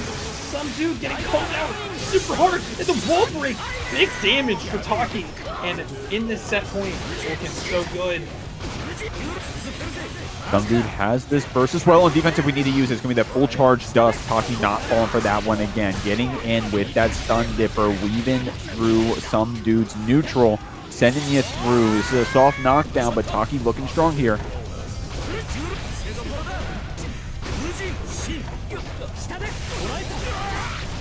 that's gonna be it. Taki taking it 3-1 after a really crazy game 1. Like Taki did a great job of adaptation. Yeah, so Vendum and then Terachrome coming out here. Shout out to Terachrome. Terachrome also going by Chrome Dollar in Twitch chats. I see Chrome in every Stride Twitch chat. My homies up there in the community. Also playing the Bridget, but it's going to be up against Vendum. So we got two pixie characters. Terachrome on the Bridget looking more like the Shoto out here with the far slashes and such compared to Millia. Vendum is the one starting off strong this round, hitting the winger as well. Almost enough to kill. Yeah. Oh, just immediately instant overhead onto Terachrome. No reaction, but Vendum opting to play a little bit slower in this neutral. Waiting out. Nice block on the jump, but the nice attempt on the anti here from Terachrome. They're trying to control this the wild Millia air movement. Unfortunately not working out. Oh, the drop though! The drop means no additional meter here for Vendum, and they're gonna have to pour for that opening. I do love that JH there from Terachrome and rolling straight into the whoa. Okay, actually was about to turn that one into a wall break, but Vendum having to send that burst in. No, I'm not going to let you get that positive bonus for free. Terachrome does get a reset here, but goes to the knuckleball right over. Vendum has a chance to play. 16.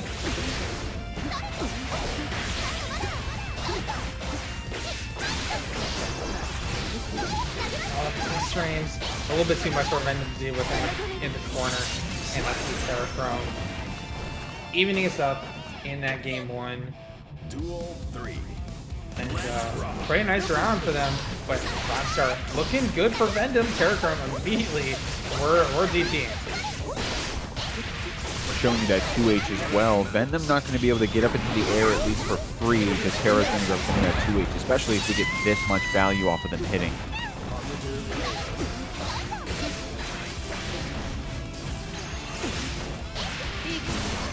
Nice. Get them with that 2S. Worked out the burst. Terachrome gonna use that burst. Vendum tried to bait it so hard. Unfortunately, not gonna work out. No kill for Terachrome in that situation though. Gives Vendum another chance. Terachrome having a 100-meter, but you can't get too comfortable and let the Millia run over you. And great stuff. Using that YRC after that block to get some distance back from Vendum and close out the round. Sometimes you'll be sitting there in that 100 tension and you're looking at your life bar and you're like, oh, I'm fine, I'll be okay. And then you're playing it safe on the wake-ups. All of a sudden you got mixed 3 times and you're about to lose the round. So Terachrome, not resting on their laurels, was ready to spend that tension and secure that first game. Yeah. And looking a little even still though. Vendum not giving up too much momentum, I don't think. So we'll see if they'll adopt and take game 2.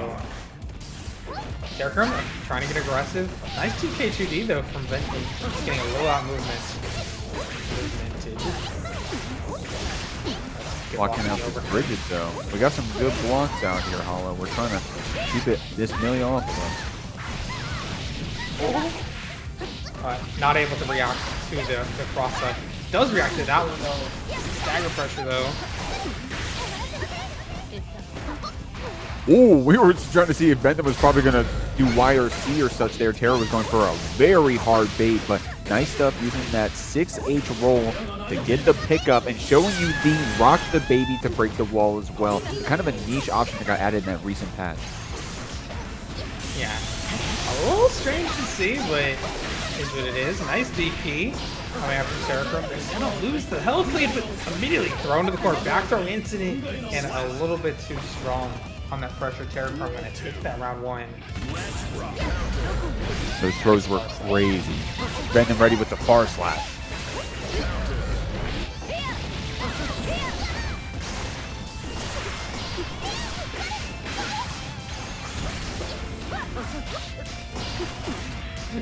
We just 5P. Trying to get them out of the air. Nice 6P.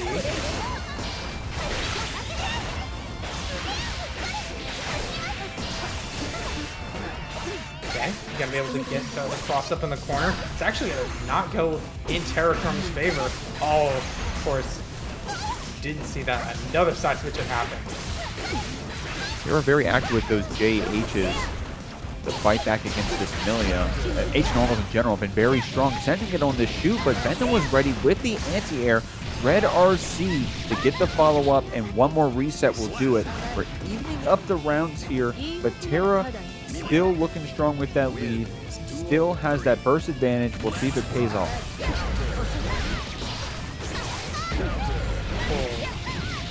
This is gonna be a max damage combo. Stays grounded. Well, not max damage. Just going for something simple. Vendum getting the OP in the corner.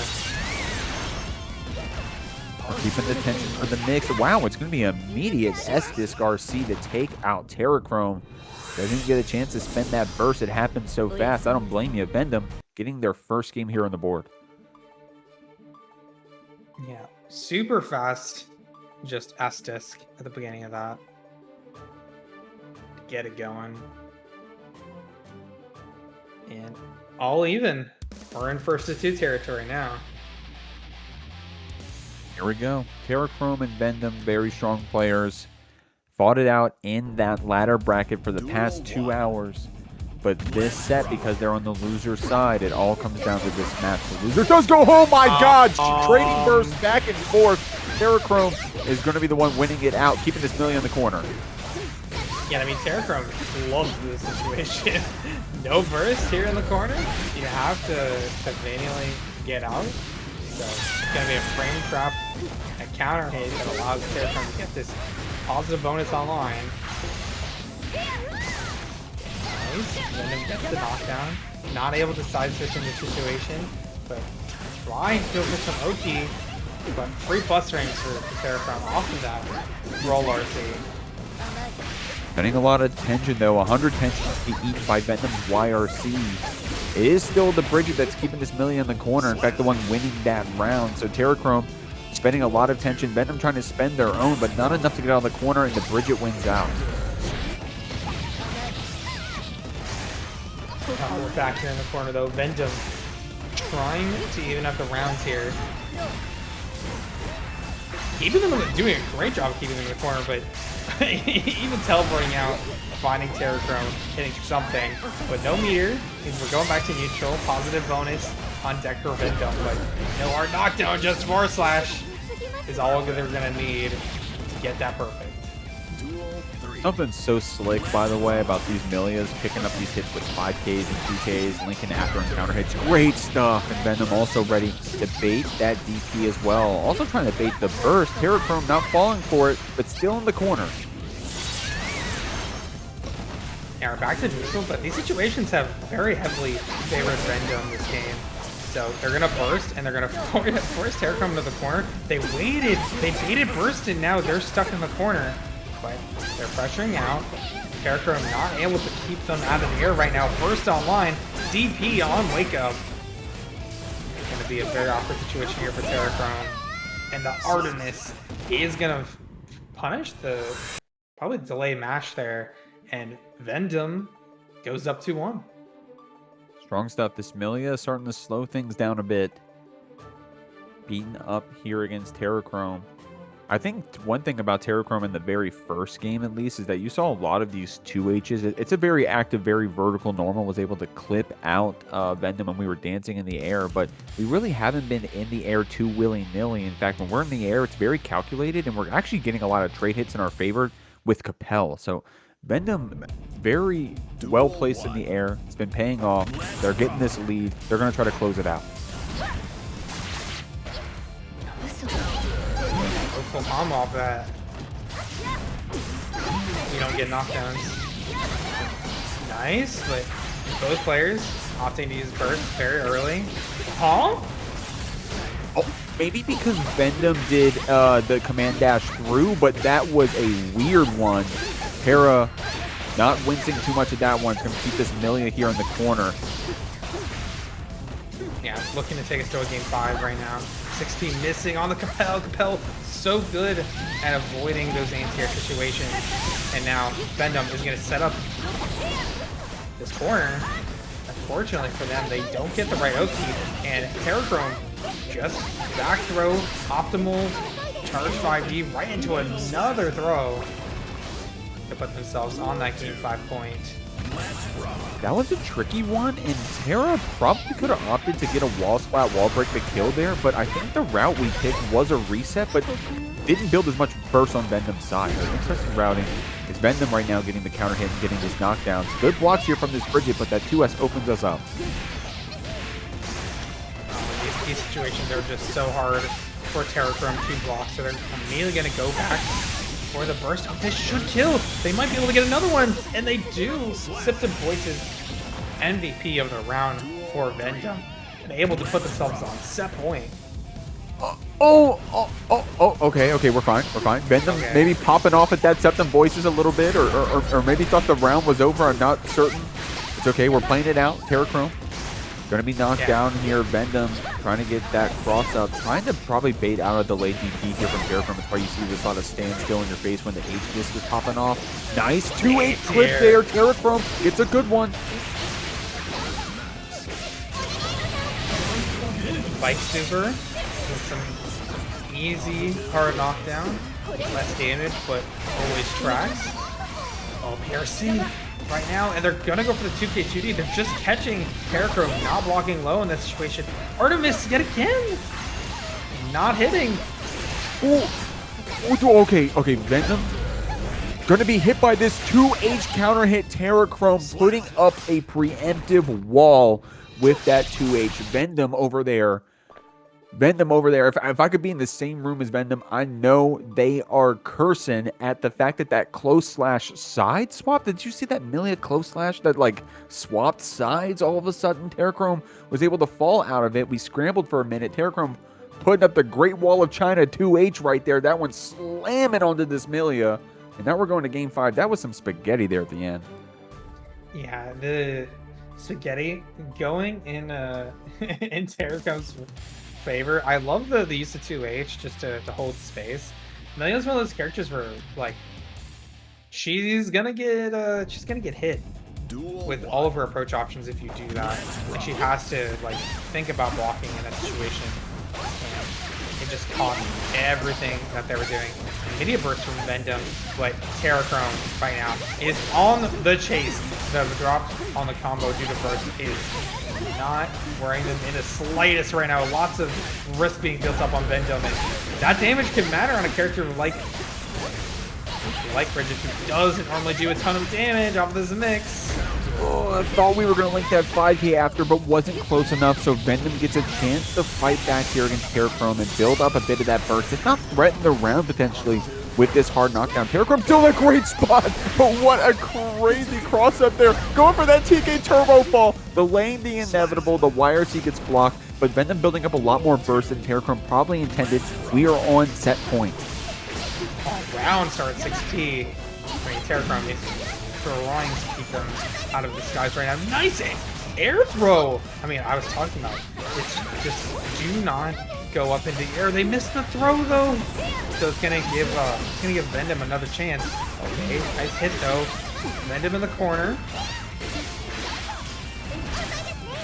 Nice air throw here, and you did. Oh, okay, we had to throw out another yo-yo. I thought we had not only the air throw, but the Oki right after already set up. That was gonna be like, you know, Christmas morning. But Vendum here, active with that Capel.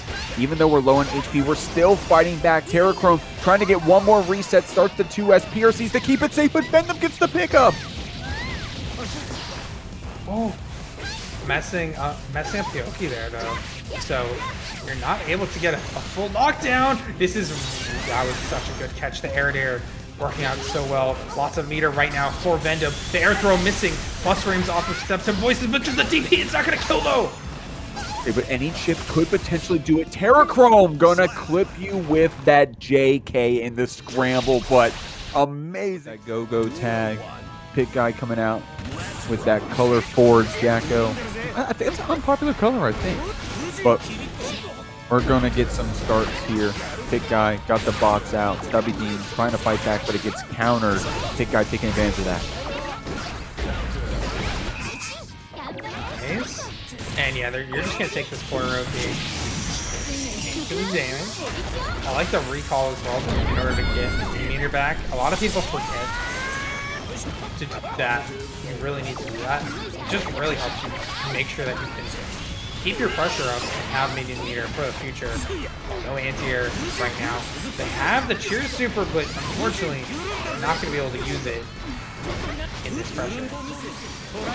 Everything trying to keep that pressure up with the PRC to keep those hits coming, but Pikguy was pressing out of the air tech. Was able to get out of that situation. Stubydean going to get these first hit with the pin. Pikguy trying to block out, trying to get some hits on these spins, but Stubydean trying to keep this Jacko in the corner. Yeah, Stubydean, like, actually made it so hard to get hit in that situation. Ko guaranteeing a lot of plus frames here. Yeah, even the 2S can just continue that pressure. Fujin to Fujin, but Pikguy trying to mash out. Nice punish with the throw, the 5D. That 5D was tricky, y'all. Crazy stuff. Able to weave that one in at the very end. Pikguy wasn't ready for it. Stubydean was able to close it out, bring us to this last round. Pikguy does have just enough burst to potentially do a blue wall assault, rather, to get our pressure started if we can get the first hit. But as of now, we're just trying to IBFD back this Anji. Stubydean getting in with a red RC to take us to the corner. Knockdown. Anji again. They've just been going low so often here. Block down very, very well. Evening up the selves.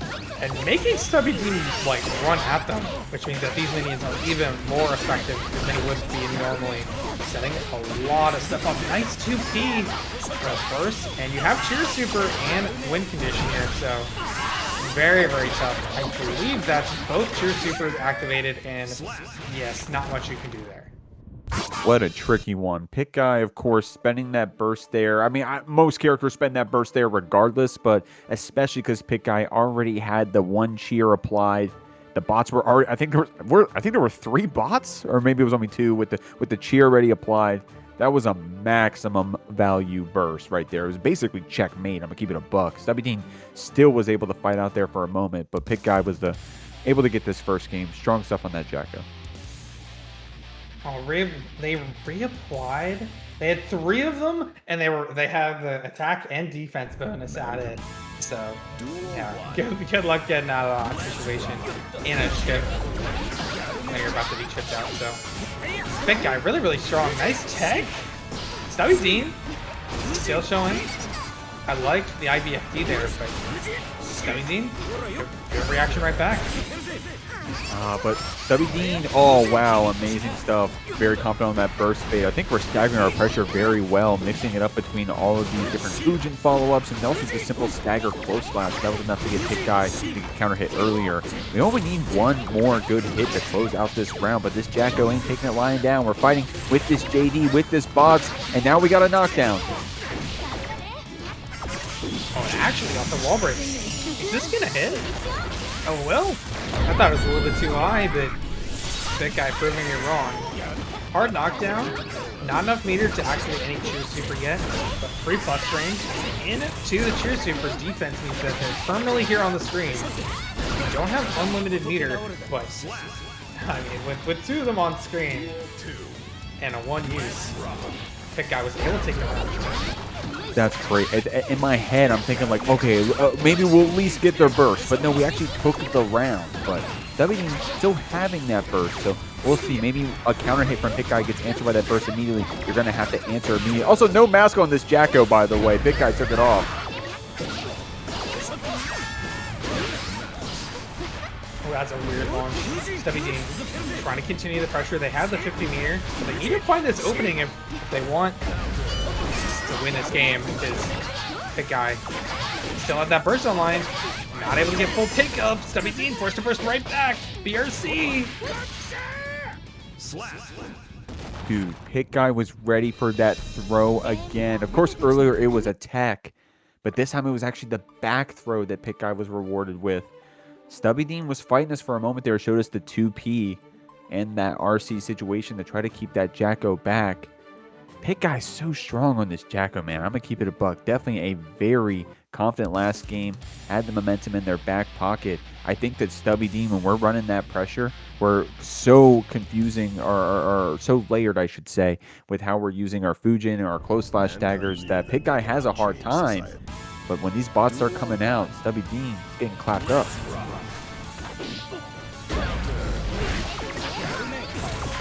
Stubydean trying to get a little space, but now they're stuck in the corner. Now, not a lot of minion meter here for Pikguy, so they're going to have to back off a little bit to regain some, but now they have it in full. This corner situation could be super dangerous. Stubydean immediately bursting. Nice stuff with these bots. Oh my lord, the APM is crazy. Hitting them through the spins with the defend commands. Getting another bombo here, Pikguy. I mean, that was like 3 soccer kicks in one combo. Pikguy hits with so many bombos on the Jacko. Amazing round. Stubydean, however, gonna take you right back with this counter hit. Setting up the butterfly. Good patience on Pikguy. Stubydean has the 15 meter to continue the pressure, but Pikguy is not biting right now. They are waiting, and this should punish. And he's dead.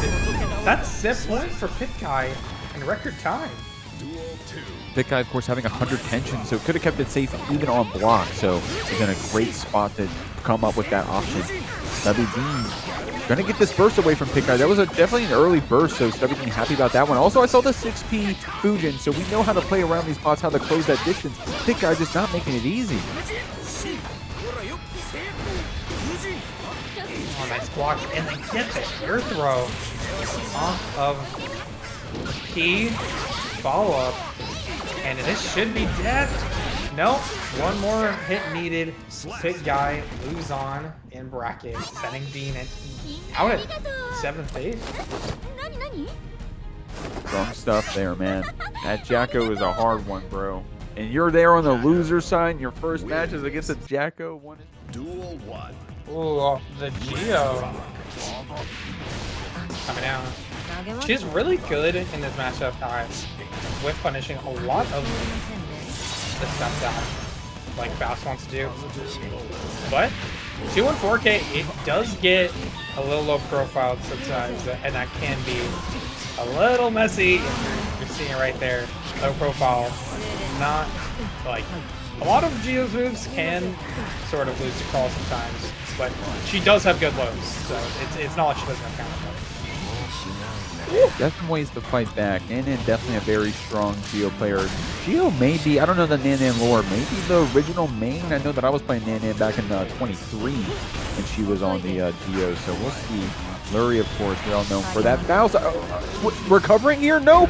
Able to keep ourselves safe with the FD. Nanan does get a hit, but not a follow-up. Yeah, awkward hitbox for Faust there. So it's kind of hard to pick up lots of items there, and yep, they become a bit of a wall for Geo to run through if you're unlucky as the Geo player. So good rescue of that round for Lurry. Wasn't looking good for a bit, but able to come back. Nice JD. You're gonna immediately get the meteors yet again. All the items that you definitely don't want to see if you're Nanan. Oh, try to go for Fuzzy, but not gonna work out. Good jump here if you're Lurry. Still plus if you're Nanan. Nice 2K though. Yeah, Nanan doing wild assault there. Probably miss throw, maybe. Lurry taking advantage of that one. They're gonna get that Afro lit and keep this Geo in the corner. The 6H to jail you back. The bomb to keep the pressure as well. But the trumpet gets a second to breathe the Nanan. But the J2K is so well placed from Lurry. Yeah, and I love Lurry's movement here. Staying one step ahead. Oh, but that frame trap, that would have been death for sure. Enhanced 214K is a bit of a menace. Nice air throw.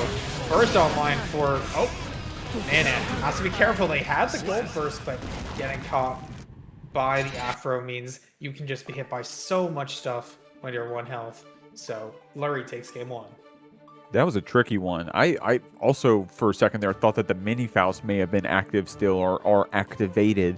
So I was looking at that one. I was thinking about that. I wasn't even thinking about that Afro pop, or rather the Afro being lit by the JD, which is what Lurry used to take out Nanan there. So, I mean, there was a lot to think about. I'm not even playing the game. I couldn't even keep up with it. So Lurry able to take advantage of that, get this first game.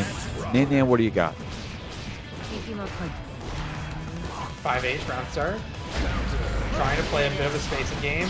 Oh, that's unfortunate. Getting the wrong hit of the kick. So has to sacrifice a little bit of pressure but go right back into it here for Nan. Nice wild assault to try to close that distance. Lurry with some good items here. The mini Faust to cover your bases. Gonna be that Afro love to get a pick up on Nan, but a well-timed burst cornering this Faust. Yeah, nice throw. And Lurry in a pretty strong position to close out here. Trying not to fall on the Afro. It works out. Able to get the throw. No real throws either. But afraid of Lurry supering. 100 meters is pretty dangerous for their wake up, and you're gonna see it immediately. PRC, nice air super, but the anti-air is going to muddy things. Okay, Lurry blocking out this dagger pressure from Nan, who frame traps you with 6P. Great stuff. Was ready with the wild assault also to keep that pressure going. Wow, that was down to the wire there at the very end. Each player definitely wanting that one. Nan coming out on top. Some good items coming out here. But a counter hit for Nan, trying to slow down this Faust, put him in the corner. Oh, mini Faust is going to keep up the pressure there. And Nan not blocking low. Nice cross-up find from Lurry. And get a pick up the trumpet as well to make sure that that can't be used against them. Love the spacing. But not Lurry's turn. Good reactions, but not going to tech the throw. The throw again. Nan with the auto-time mix is sort of taking away with the round. Oh, the fast RC unfortunately couldn't keep that combo going. Only needs one more straight hit potentially to take out this round. But the cross-up Scarecrow opens up Nan, has her spend the burst. And in the scramble, she gets a throw to close out that game with a two-round lead. So definitely a strong game 2 for Nan. Yeah. You're seeing some things where I feel like Geo just definitely has advantages in this matchup where she sticks really tightly in a lot of situations and has good punishment to really make it hard for a character like Faust to take risks. But on the same token, I think item play is just really, like, if they can get going, item play is strong in this matchup. So we'll see what Lurry has in this game 3, what kind of adaptation they're putting through. Something else strong, Hollow, could potentially be some crawls. Potentially Lurry trying to get around once Nan done representing the lows, so representing those dash 5Ks. But we'll see. We'll see if it even comes to that. Right now it's going to be the 6H. Oh! Charging up that thrust. Nan was ready with the immediate 6P, but Lurry taking advantage of that. Going to send her through. Yeah, collecting a hammer here to just make sure that this round start could be pretty bad. Doesn't even need it though. Calling out the pressure reset. Lurry taking that momentum right back. Closer round there from Lurry. Definitely showing, hey, I'm no slouch out here. Gonna jail Nan here with those dash 5Ps. We're looking like Grand Blue out here with the dash 5Ls. Oh, frame trap. I believe that was made faster. So, like, EX Ultra is just so good now. Plus frames. Mini Faust on the board as well. 2D anti-air. Rarely seen at this point. Oh, whoa. Okay, Lurry actually tried to cross up Nan there with the mini Faust and the Scarecrow, which was nuts. Unfortunately, was not quick enough. And Nan going for another throw, has the burst to keep herself safe afterwards.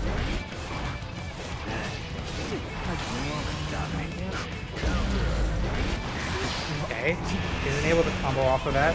That's minus, but a little bit too safe for that 5K punish. Okay, Lurry closing it out with the JD. A lot happened there at the very end. Crazy stuff. Lurry actually tried to go for the jump air throw and was right, but was too right. My man was like maybe like a quarter second too fast. Then it's almost like she jumped in reaction to the air throw whiffing or something. But Lurry's still able to close out that last game, but we're going back and forth, it seems, all of a sudden. Lurry, then Nan, back to Lurry. So this is a strong set. I'm loving what I'm seeing. And Nan, she's locked in on this Geo at this point. She cannot swap. Of course, I don't think she needs to swap. This Geo is looking so strong. Yeah, I think there's a strong gameplay in here for Nan. Even if you're forced out to use burst here, you're like Geo's a health control. Like, she can Like, she's gonna survive for quite a bit here off of these situations. You are stuck in the corner here. Defense has not been great for them this round, but the 2D is gonna be the risk that paid off right now for Nanan. Able to get that burst, able to get that knockdown as well. Oki super scary in that situation, going for the triple overhead. Nice low profile though for Lurry. Able to find that 2K. Battle back, and this should be it. The wall break is going to guarantee it. Lurry on set point. Now, Nanan was able to build up her burst here, so she will be able to use that on defense. Of course, that orange ball assault can be used for counter hit confirms, but Nanan's going to keep that Lurry off of us. Look at this. Oh my god, Lurry flipping the stick back and forth. My man, he's scooting over there in the corner. Yeah, waiting for the end of those box strings or a special move to go under is definitely a good idea, but Nanan has it scouted out and is going to punish big damage. And a hard knockdown the boot. Nanan trying to go for the throw, but Lurry able to punish the whiff with his full charge dust. Oh, okay, what? Is that the Faust 5D combo? Was that 9 JHs? Oh, it auto-corrects as well. And they should be able to... Oh no, they miss up the combo though, but the 2P just get interrupt. Lurry going down. Still set point, but not 1 round away from taking a silly game 5. I like how Nanan was using that 2P just to finish off that last round. The flex shield to get a little bit of distance. Lurry unsafe on that mix, but Nanan letting him get away with it, or at least, at the very least, Lurry's really good at drifting it back to keep himself safe. Nanan trying to keep this going. Nice burst there from Lurry. Has the bomb thrown down. Nice jump in, though, from Nanan. How are they going to be able to close it out here? Not the teabag in the body.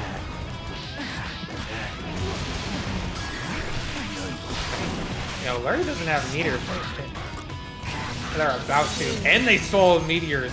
So, dangerous situation here for Nana, but just the dash 2K. The jump scare. Nana was in an amazing spot right there. I mean, of course, with her having 100 tension, like Tatsu was safe there while also demanding so much FD from Lurry, because at that point you were in chip percent, right? So Nana with 100 tension was basically in a checkmate scenario, putting us into this game 5. Lurry right there, like you said, maybe looking out some of those special moves, trying to react to some of those forward approaches from Nanan. Maybe Lurry just having a little bit of fun. I'm not sure, Hollow, but we're going to game 5 regardless. Yeah, I'm as a Geo player, I really enjoy how Nanan plays this matchup. Like, oh, and I love that combo as well, setting up for the plus frames in enhanced 236K, just being very nice blocks on the overhead. Oh, right into the super. That was awesome stuff right there from Nanan, finding that gap. Most of us got grabbed there, but not Nanan. Able to, oh, no way, the banana actually still procced on the dog dart despite it still being in the air. That's a weird hurt box. Lurry taking advantage of that one. Yeah, dangerous situation there for, I believe, for Nanan right now, because, yeah, being in the corner and having to deal with these items is not great. No punish as well. Nice deflection coming up from Lurry to save the round. And the J2K is gonna beat the far slash, and Lurry clutches out the round, and now Nanan is on that back foot. Lurry set point right now. Oh, nice pickup here from Nanan. Capitalizing on this reset with a throw. It's a lot of damage here on to Lurry. The BRC to slow things down. Unfortunately, couldn't get the combo after, but Lurry taking so much here. Yeah, this is a hard situation to come back from. Geo is a very healthy character, and look at that command grab. He's gonna take so many of these. They are chipping away at their health. Geo has almost 100 meter here, so they have that additional health, and I believe this is gonna get punished. It's not gonna get punished, and that's gonna be final game, final round. Oh no, that was counter hit too. Maybe Lurry meant to do FD, but got like 2P or something, I'm not sure. Regardless, Nanan spending that burst on the counter hit. Lurry getting some good items here. The 100-ton weight and the mini Faust backing you up, and a hammer as well. Nanan in the face of that, mashing out of that corner. Amazing crawl on the dog dart from Lurry. Yeah, I feel like we haven't seen a lot of that this set, but optimal here in the corner. Double 5D into the 5K actually picks up here. 1 health and a dream right now for Nan. And they're going to be pulling out all the stops. That's going to be big damage. So immediately, Lurry on the burst, has a hammer in the back pocket, has... Oh, okay. Even if you blocked it, like, the meteor... Well, one person's going to be dominating out here. Is it going to be you, Moon? Nice. Oh, my God. The JH on the round start. That's crazy. Hiho, of course, very strong Millia. Many-time top 8er over here at Paragon. And net play in general, a very strong Millia. Having some awesome sets in the offline as well. Dominating Moon we saw earlier in the latter phase of the bracket on this Baiken. They were playing very well to make up to this winner side, and they're looking strong in this round as well. Counter hit 2H, red RC. That's going to be the round for this Baiken, getting a perfect. Yeah, always a good way to start here for dominating Moon. A perfect on the board. Yeah. Oh, well, got hit for the first time. Capel, menace, but first back into the corner. Whoa, that was insane. Dashing right through the S-Cat there. Hiho ready to play this matchup. Answering back, about to get a perfect for himself. Dominating Moon. What's the answer going to be here? Oh, nice catch on the back to 2H. I feel like it's one of... I feel like dominating Moon's use of 2H has been so great in the 2 sets that we've seen them.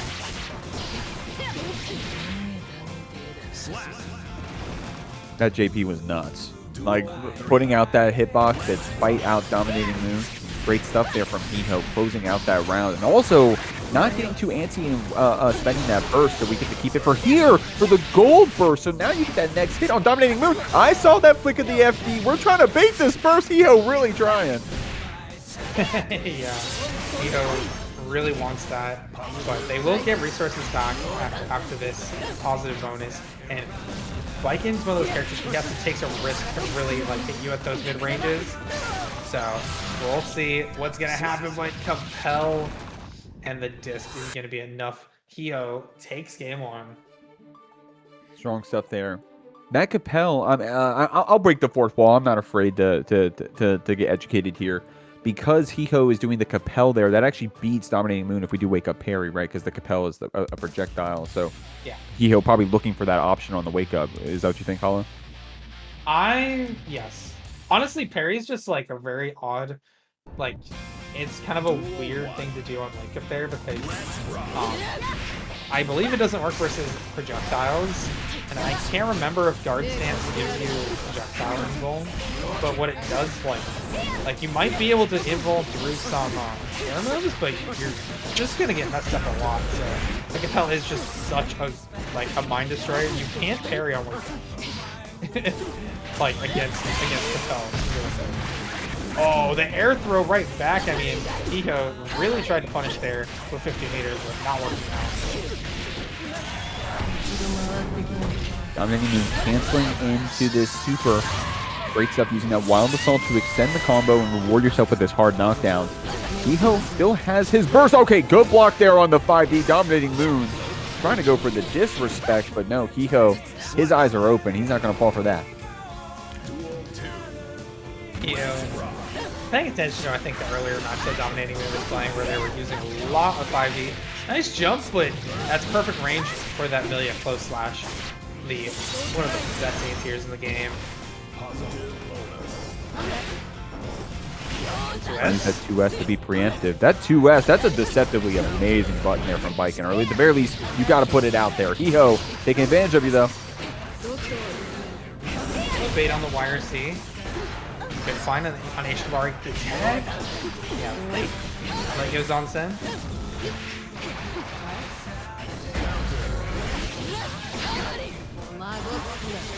Huh?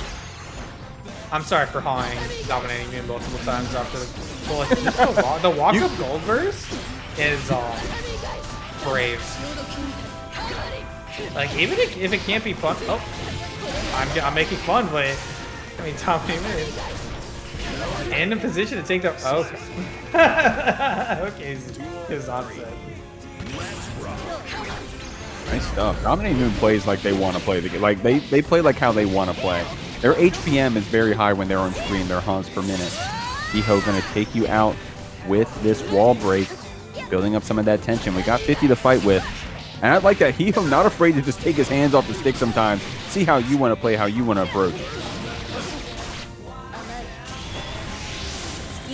Gonna be hard knockdown here for Hiho. Great situation for them, but 50-meter and burst. Oh, okay.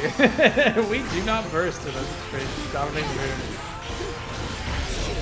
Honestly, it's working out. Punish. That was tricky. Able to dance away with that jump to keep yourself out of that Yozansen hitbox in the first place, but then the tether pulled you into the active frames of the Capel?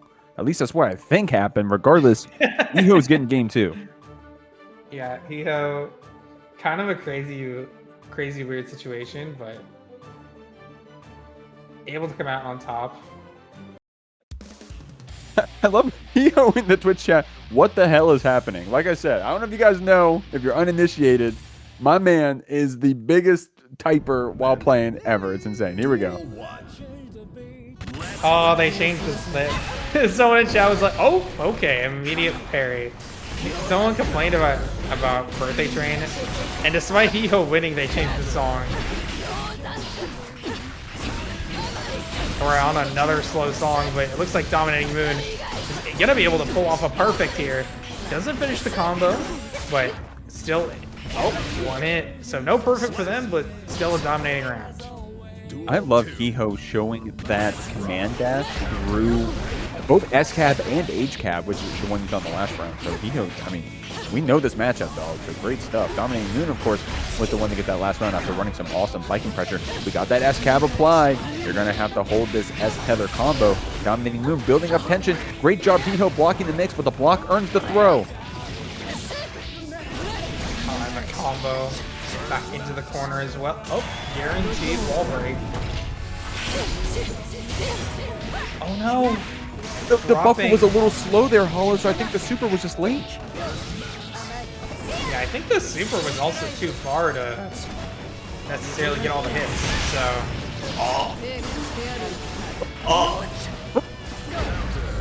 Oh my god! That might cost you, I mean... Oh, no, you cannot anti-air that no. button. That button is un-F-withable. Yeah, they haven't... The funniest thing about that button is that, like, it's just like how Ram's JH used to be, except it's unnerfed, and Yozansen is a cancel that you can do after it. So if you have 50 meter, you just like you jump, you press JH, you do Yozansen, you RC, and then you do your mix again. Here we go. Dominating Moon showing you how volatile this Baiken can be. And getting a game here on the board against Hiho, man. I mean, definitely no. I mean, I'm not surprised about that. We've been very strong here on this Baiken throughout the whole bracket and throughout these rounds. So getting a game on the board was an inevitability. Anti-airing this Millia. Tried to go for the meaty S-Cap, but maybe a little too early on it. Oh, nice find on the anti-air. Hiho sending them to the corner. Oh, nice air throw though. Giving Hiho compliments for knowing the matchup, but Dominating Moon also ready with that air throw. That's crazy.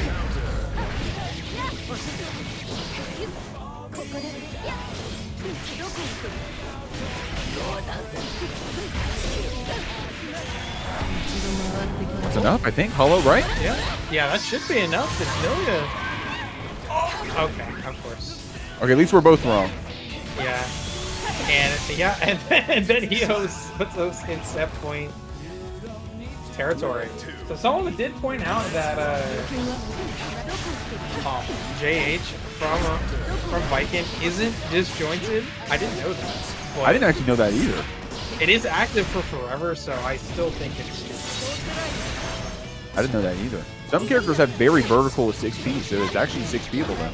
But Hiho showing you, hey, you don't need an anti-air, you just need some combos. Gonna go into this winger, turbo falling to get the most hits you possibly can, but it's still not enough to kill. Dominating Moon has one chance here. perfect. Not gonna work out. A perfect for Hiho in that last round, and that's gonna be a 3-1. Wins. In the right range, like in the ranges that they're good, they're like really good. So I believe the two characters that would be like most sensible are Kai and Sinner. Pretty good. At 6B. Nan committing to that sin, at least for this first game of the set, baiting that DP from Terachrome. A very strong Bridget moving through this loser side of top 8. But if you want to move on, you're going to have to take out Nan and her whole character roster. Getting through that sin first, having an amazing start. One more hit could chip you out, but Terachrome still fighting. Oh, even if you block there, in FT, we're going to lose Nan with round 1.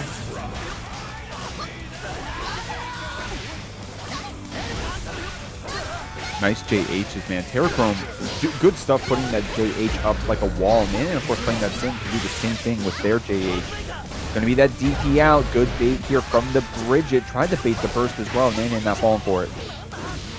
Yeah, but still had to fight some mix there. Nan bursting out of that corner. Able to get that jump. That tricky air movement is so hard to do with such big air buttons coming out from Sin. Terachrome still has the burst online though, so not worrying just yet about the situation. Oh, Millia PRC in. She's gonna force that burst out of Terachrome, but that baited burst should be the end of things here in the corner. The drop! Oh, whoa, is the stagger 2K. Oh man, I held my breath there, I'm not gonna lie. Oh man, that stagger 2K there from Terachrome, able to close out that round. Nan, she has the burst advantage, but getting knocked down here first. Terachrome looking strong. Yeah, reflex shield, pretty strong option versus a character like Bridget, but not blocking that situation. It's gonna lead Nan to the corner, but I like that punish on the 6P, and now we're going corner to corner. Terachrome in a good spot in terms of meter here. I mean, the HP basically even. In fact, Nan going to be hit here, evening it up. We do have that burst to spend. Terachrome, the moment you see that 2H, Nan knows it's safe to spend that burst, and we have that tension to fight back with. It's going to be the 2H counter hit, though. No burst to back yourself up. Terachrome executes the combo, gets the first game. Yeah, Nan tried to air dash out of the corner, but Terachrome too ready with the anti-air. 2H just covers so much space. So a lot of times, even though she's the kind of character where she has long normals and, you know, you want to jump over those, well, she also has big anti-air, a 2H. So it can always be a little risky to commit to an instant air dash right over her. And Nan not going to switch off, sticking with the Sin. I think that's a wise choice. I think the Sin has been a good pick so far. I think Tara definitely just wanted to win that game more, you know, and that's just how it be sometimes. We're on the second one, though. You only need 3 to finish it off. Nice burst bait there on that counter hit. 2S. Air rock the baby, giving you a nice knockdown. It's going to be the same side, JD. Good block there from Nan. Whew. Using a lot of that 6K in order to get that wall break, but unfortunately no pickup there for Nan. So they forced into this 50-50 mix and not blocking right at the end. 50 meters still available for Terachrome, and that's gonna be it in the corner. Good routing. Look at that combo counter. Terachrome with very smart combos. Great stuff. Making sure we fill out that HP bar, getting the most damage we possibly can. Nan does have her burst. She can use that both defensively and offensively here, but man, with an explosive start like that, she's looking good this round.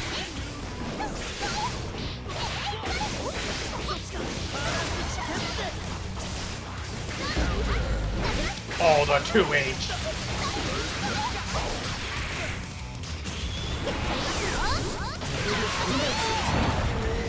That dude, hollow dog. That 2H, Terachrome makes that 2H look better than it is. I'm gonna keep it a buck. That 2H looks crazy right now. I'm not gonna looking lie. good with these throws. I'm not gonna lie. I don't think it's like necessarily the strongest anti-air. It's just really good at the one thing that it does, and that's just beating those like just like instant air dash distance like anti-airs. So Nan and on the back foot right now. 1 health and a dream though for both players, so still very dangerous. Has stamina. Are they gonna be able to get the kill? It does. Nan stays alive despite the dangerous situation. even if that didn't kill, you had the stamina cancel, you had the 50 tension, you had the wild assault. But now you're going to spend that burst. Terachrome was ready with the bait, but not the punish after. So the Sin is actually going to beat you up, taking it to the corner with the throw as well. Nan looking good. Got situation here for Terachrome. They have the burst, they have this 50 meter, but Nan does not care about your plus range, and they will bait the burst to get even match count 1-1. And I saw you, by the way. She did, I mean, you guys saw she did Hoof Stomp, which of course is the overhead. But then before it was active in the PRC 2K, Terachrome looking out for that Hoof Stomp. Because they're a good player and they were reacting to the overhead, or rather ironically got punished by the low instead. Nan with some crazy mix to finish off that game.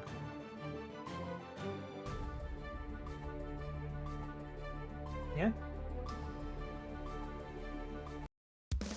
And heading into this next one being even, I'm really glad that they're going back and forth. I was a little worried there that Terachrome might be sort of taking away the set pretty quickly. Not that I think they can't still win. I think it's pretty even between the two of them. And that drop is yeah, that's gonna cost you, Nan, because we're back to neutral, and it's gonna cost you that first to get back in. Going to be able to keep this Bridget on the wall, though. Amazing pickup there from Nan with that air-to-air.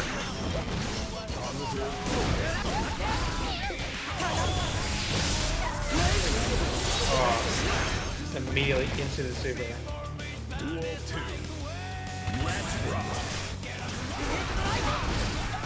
And on top of you, a lot of throws recently from this Sin. Good block there from Terra on the overhead, having to spend that bursto in the next counter hit, putting up that preemptive 2H. Nan in the corner, but she's still comfortable. Oh, that's gonna be max damage. 50 meters still on deck here as well, so gotta be able to almost go to the corner. No wall break, so no kill. Terachrome's still alive. Nan is gonna get some tension and stamina despite being on the other side of the screen. Not in a terrible spot. Only needs one more hit to close out this game against Terachrome. That Bridget was making a clawback, but Nan shutting it down. She's looking good. Up 2-1 here. Yeah. Looking like it might be a little bit more dominant. Like the adaptation is settling in even more. And it feels like Chrome has to do a lot more work to get in. Man, duel one. Chrome definitely strong on these round starts. You saw them represent 6P earlier. Sometimes just the 5P or the 2P is enough to keep the Sin back. Nan going to spend some of that stamina to keep on top of this Bridget. I mean, that tumble hit forcing the burst. Terra trying to get out of this corner, but the air backdash stalls you long enough for Nan to get a pickup and a wall break.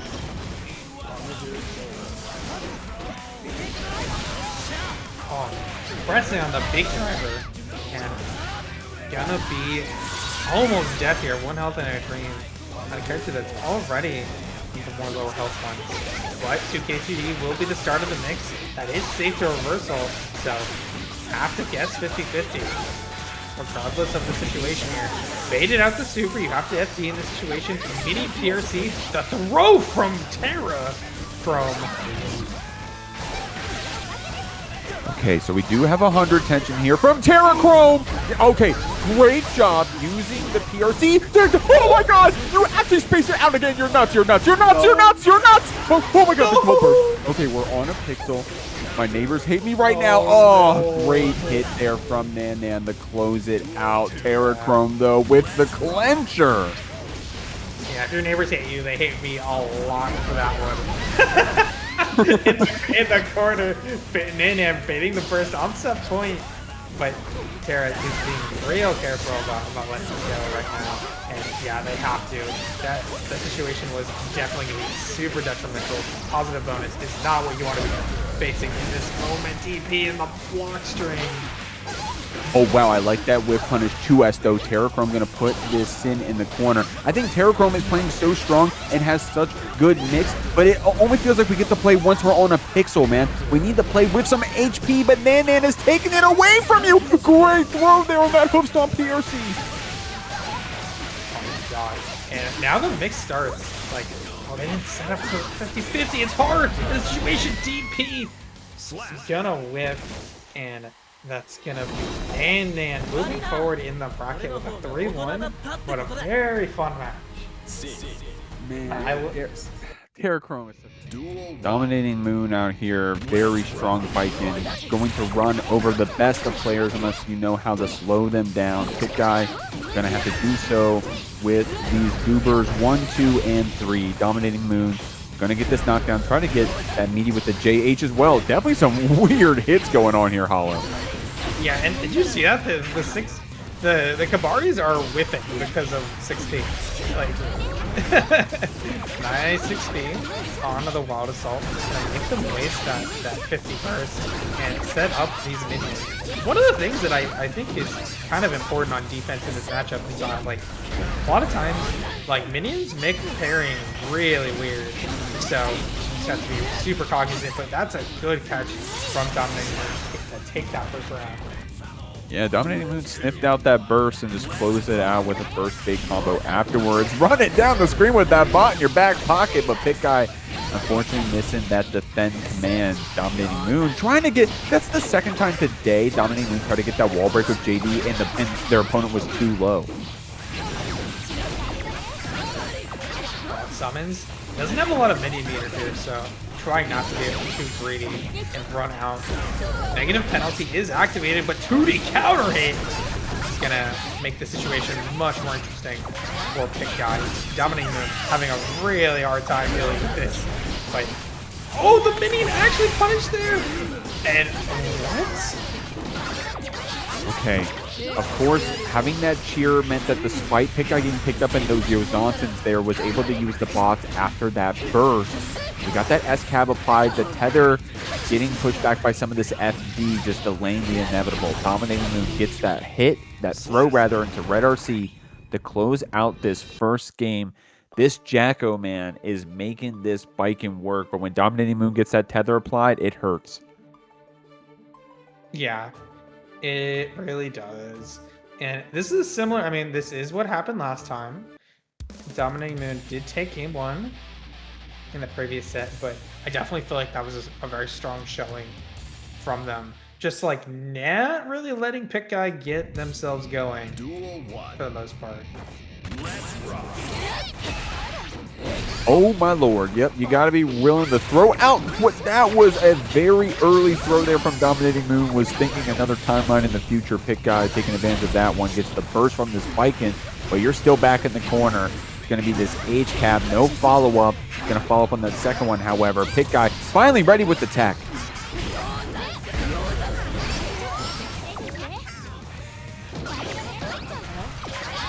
Waited for an aggressive option. They wanted to just go for a punish, but Dominating Moon able to display the same amount of patience.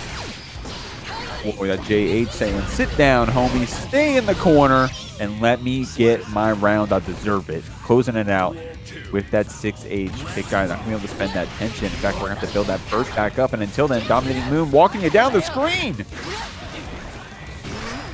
Nice tech.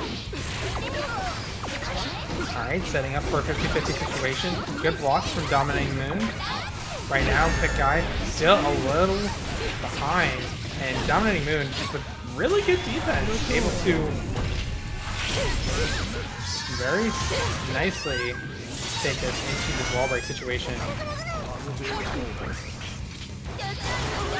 Okay, the gold burst to try to get some distance back. Dominating Moon trying to 6P back these bots. Doesn't have the tension for gun super yet, but the moment you get 50, I'm going to start looking out for that if I'm Pikguy. It's the bots, however, going to beat you up. There's the gun! Oh, just right into Johnson. Try to go for air throw, possibly. Yeah, that was probably right there.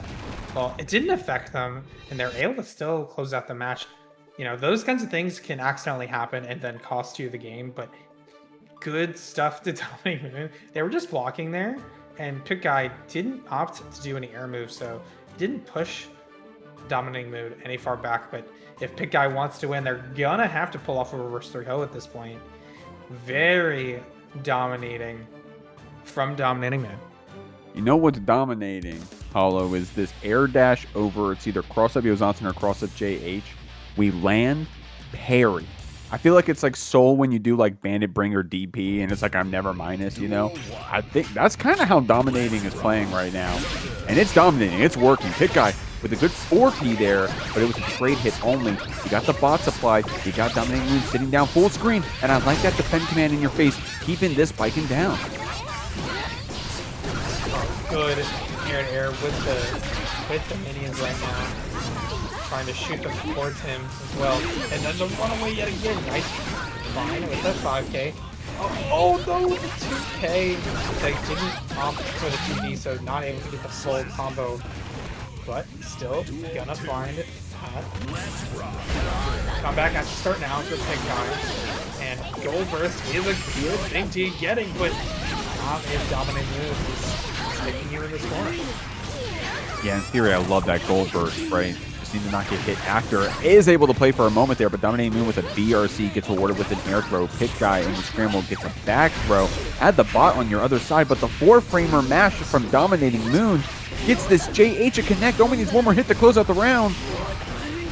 Nice block on a cross-up. Kabari, very low on health here. Able to get a minion in the corner, not able to fully bait out that parry. And this corner pressure is dominating. They get the Mito. So pretty okay situation now for Pikguy. Plus range guaranteed off the Wild Assault. Lots of risk right now. And the block on the 5D is gonna send us to set point. Oh, dude, Dominating Moon is freaking nuts, dude. That's so crazy. Pikguy getting that counter hit 2D though. Gonna put this Baiken through the wall. Oh my god, that was a lot of damage in. Oh my god, that was less than a second. Yeah, look at that. I think I looked away to look at something else for a second, and immediately Pikguy had picked up very nice damage, but this can be done right back. Dominating Moon. Gold Burst online. Oh, and baiting the first. Unfortunately, no full punish. Yeah, Dominating Moon loves going full charge 5Ds. There's one right there in that S-Tether combo. It's going to be close, but not enough to kill. Dominating Moon didn't have that 50 tension for the super. Got the wall break with the JD. It's a pretty good option. It's going to be that gun super to get Pikguy beat up here. Whoa, the 6P from behind the back. Dominating Moon in the corner trying to shimmy out a possible throw. So, if you're Dominating Moon there, I think you're pissed. You're pissed. You're so annoyed that you only needed a millimeter of meter to close out the round, but it didn't work out in your favor. Pikguy though, with a very smart throw bait into the air, and immediately this is where it has to start. Like I said before, reverse 3-0? Question mark? I don't know, we'll see.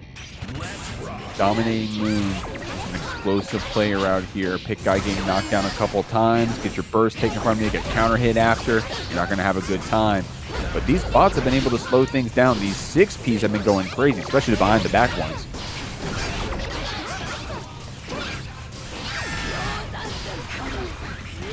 Alright, nice find. Oh, actually gets the punish on the Escabari, and this situation is, it was good for them until the JH. Right now, Dominating Moon. Is the 5P gonna get punished? Oh, it will be! God, it did! That would have been crazy if it 4-framed and safe jab there, to be fair. Yeah, that would be kind of insane.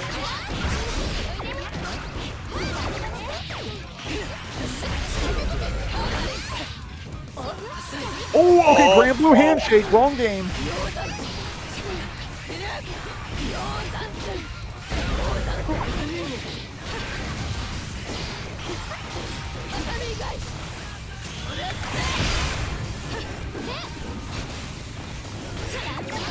Oh, I'm holding my breath, homie. Yeah, Oh no! like, dude, this is so close between the two of them. But Pikguy, it's going to be hard to come back in a situation. 50-50, losing to that low, that catching the backdash. Burst here, though, is so much better for Pikguy than it is for Dominating Moon because you have that blue Wild Assault setup potential that's, I argue, stronger for Jacko than Baiken. So, and of course, you also have this defensive burst, right? But right now, we're playing so slow, dog. We're zoning you with the bots. We're forcing Dominating Moon to try to approach. Baiken already having a very linear approach. Pikguy taking advantage of it with this Elysium Driver. Not enough to kill. That's a lot against this Baiken. Yeah, look at that health bar. It's very not. It is not healthy at all right now. And you're fighting two minis on screen. A perfect for Pikguy. And game 5 reverse 3-0 possible for that. That was nearly a 30-second perfect too, by the way. I'm rounding up, but that was close. That was crazy there from Pikguy. Bringing us here to this game 5. We've been getting a lot of game 5s here at ParagOnline tonight. And, you know, regardless of who you're rooting for, it's always a treat. You know, it shows that we got some good competition out here, so definitely appreciate that. Definitely love seeing that. We're going to game 5. Both players definitely want to win, want to move forward in this ParagOnline top 8. Who's it going to be? Game 5, let's rock. Okay. Really nice start here for Dominating Moon. They do use that Wild Assault, and Pikguy isn't able to escape. And they tried to get the minion attack on the way out, but Dominating Moon forces out that burst with an attack. Nice hit, by the way, with the minions. Oh! That was a very active gun super there from Dominating Moon. Gets rewarded with the wall break hard knockdown after Pikguy able to use FD to cancel the startup right there. Dominating Moon not faltering, though, getting a throw into red RC. That is going to be close. Not enough to kill the Hollow, but one more hit. Yeah. And punishing that mash. Dominating Moon on set point yet again. They haven't been able to take the first round in any game in the past two. So, oh, and this is looking pretty good for them right now. Dominating Moon. Very, very strong. Getting Pikguy into guts right now. Back to neutral. And a.b.a sort of controlling their ability to summon. But here it is. They get one right now. The 5G is going to get jumped. The air throw, though, from Pikguy. This neutral, very, very strong, too. So, very dangerous situation for Dominating Moon. Okay, all right. Pikguy slowing things down to a crawl here, building up that bot meter, whittling away Dominating Moon. I'm looking at that tension. I'm looking out for gun super, and we're going to get the chair. We went for the attack command, but Dominating Moon weaving in the gun. All we needed was that hit. Got the OGG with the 2H. Man, it went down to the wire, it felt like, but this Baiken stayed on top. Strong set there from Dominating Moon, putting on a show for us. Yeah, it's Top between Lurry and Hiho, winners finals, ParagOnline. yeah, a lot of high C matchups today for Lurry. Millia next. Nice backdown. I can't believe that actually just completely made that whiff. And nice damage in the corner. 2H not going to pick up. And a blocked overhead. Going to leave Lurry back in the... Oh, okay. A little spaghetti on the ground between these two, but it's going to be Hiho coming out on top between the two. Lurry, oh my god, Lurry actually spending the burst here. No tension to back it up, and then you throw a trumpet after. Definitely hurts to see that one. Hiho going to open you up with that bad moon fast RC. Second time I've seen a Cali today, but it's honestly not the worst burst, but it wasn't looking very winnable in that situation, in my opinion. Like, I don't think many people would disagree. But this round is nice for you, for Lurry. If you can just sit back and use all this mirror to pressure super to get this wall break as well. Doesn't kill, but I mean, big time for Hiho. Yeah, World is our oyster at this point. You also got the bomb in your back pocket just to like force out the potential chip damage scenario. But Lurry not falling for any traps here, just keeping it simple, trying to weave in a single J2K. Yeah, that's all we need to close it out as well. And that J2K, very quick, very forward advancing, jumping over there from Lurry. Able to use it to close it out. Hiho starting strong in this round though.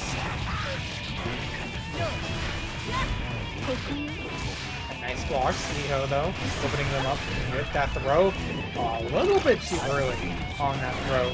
Still getting hit by the disc. Cannot throw them during those frames. A bomb gonna add on some extra damage there. And Mini Faust is actually gonna punish their chaos is happening. We're playing Mario Party 3 out here. Man, dude, Lurry's so good with those anti-airs. Faust having quite a few of them with the 2K, the 2S, 5K. Of course, you got your 6P. Lurry always good at placing those in the right spot. Hee-ho! Oh, man, Hee-ho can just get clipped by any of these items. I mean, we got so many good ones. Bombs, hammers, 100-ton weights, but it's the air throw Bombo. Lurry finishes it off in style. That was insane. I think Hee-ho went for the air throw on the possible J2K or bomb, but you know what? Lurry was ready with the jump back air attack and gets that first game. Also, Hollow, I think I just noticed the prize pool went up as well. Big shouts to Punksy with a direct contribution of $20. That's no laughing matter. That's a lot of money, homie. Thank you so much. That goes straight to the players, of course. Goes to that top 3 payout. It's pretty transparent, so going to be able to cover all those players' pockets. So appreciate you doing that, homie. Okay. Oh, the backdash, no punish. Hee-ho just trying to go for a walk-up throw. I feel like a lot of people are really afraid to punish Mix. Not sure why. Oh, I like that 5P mask. Lurry keeping this Millia off of you.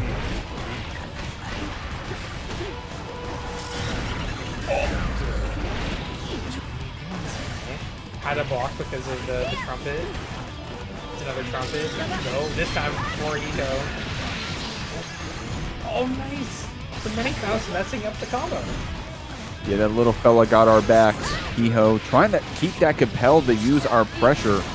Or to keep our pressure, rather. Lurry was able to fight out of it, though. The J2K was started up. Hee-ho tried to use the JP to fight you out of it, but Lurry knows how strong that button is. The meteor comes out! I think it actually landed, but Lurry getting saved by the good RNG. Yeah, I mean, Lurry, of course, putting himself in great opportunities to win this match regardless, right? I mean, we're playing the game. We're not being handed the win, so to speak, but, I mean, Hollow's right. These items have been really good. What was that? I think that was an overhead. Couldn't tell though.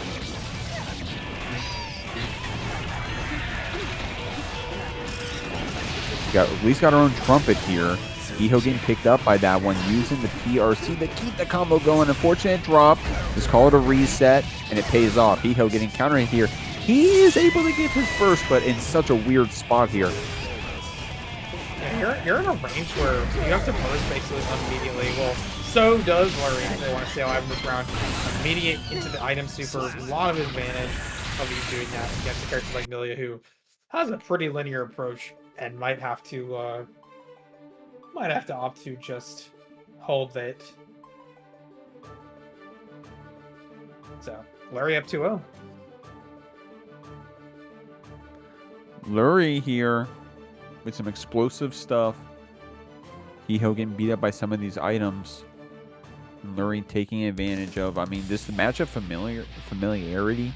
Lurry, of course, from that North Carolina region, gets to play a lot against Jeek, Millie we were talking about on the stream earlier today. So Lurry's got this matchup experience. Of course, he's playing against Hee-ho a lot as well.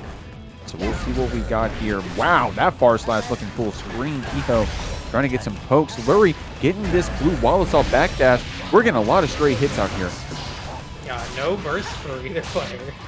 Very, very early on. Nice time with the far slash. Gonna be able to get some solid Oki. And they're opting for the RC here. And the... Okay, the corner-to-corner RC combo. Get that positive bonus online and big health for you. Watch here from Lurry. Oh, wow, the full charge thrust in your face in a great spot. Gonna get an air throw as well. Lurry looks like we're playing like, you know, Super Smash Bros. Melee. We're tech chasing out here or something. We're following this Millia around. Great stuff getting that round. We're on set point. Oh, the 6P missed. Hee-ho was in a pretty good position, but Lurry. These matchups are just too good. The defense is just very hard. for Hiho to open up. Like, there's no situation where Hiho's been in, like, had the advantage in terms of, like, being able to set up those nice 2S. Tried to bait burst super hard, and, yeah, no reaction. Finally, a disc setup, and guaranteed here in the corner. Lurry, back to neutral, though. RC, nice block on the overhead.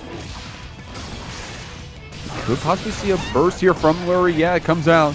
Hiho with 100 tension in a weird spot though, right? You had the hammer there, you had the love that was coming down on you. You were in some weird spots. Now you got the banana behind your back. You just ran into the mini Faust. Man, this is so, you just want to play the game, God willing. Hiho not getting a chance here, but a great pickup. Yeah, and thank you so much for Persona to Persona 5 Club for the raid. We are in the midst of a very tight winners finals. Like, Lurry was looking super good, but Hiho got round on the board, possible. Oh, it's looking hard though. Lurry, lots of domination in this round. Just the staggers as well. Oh my lord. Okay, we do have the trumpet. We're going to use that burst to get the plus frames off of it. Hiho trying to get some mix, but Lurry having none of it. Matching that 5P. Red RC to back ourselves up. It's going to be Lurry with a 3-0 taking Faust to grand final. With those who died with honor. So we'll see Nan coming out here picking the Kai against Dominating Moon on this Baiken. We'll see how this one plays out. Yeah, that is not what I would say is the best round start for Dominating Moon, but immediately onto the burst. Nan had used that Wild Assault, and he got bursted out of it. Oh, right outside of the range. So Nan going to be taking a bit of the damage here in the corner. Oh, no shot. That's a weird hitbox right there. Nan able to get out of it on top despite getting clipped by that super, but she doesn't have a lot of HP to play with. Dominating Moon going to get that guard canceled to get their turn forced here. HCAV gets followed up. Red RC keeps it safe. Nan with some good blocks and some FD to get the distance. Oh, I like how they're playing this. They're not able to punish that parry, but Oki here in the corner. Oh, actually guaranteed wall break setup off of that RC. Very, very smart. That was nuts right there. Nan about to build up her burst back as well. Dominating Moon with a really great round, but Nan clutching it back. It's going to be that same side JH in the burst bait right after. Wild Assault to keep the combo going. 50 tension spent for a hard knockdown. Dominating Moon clapping back this round.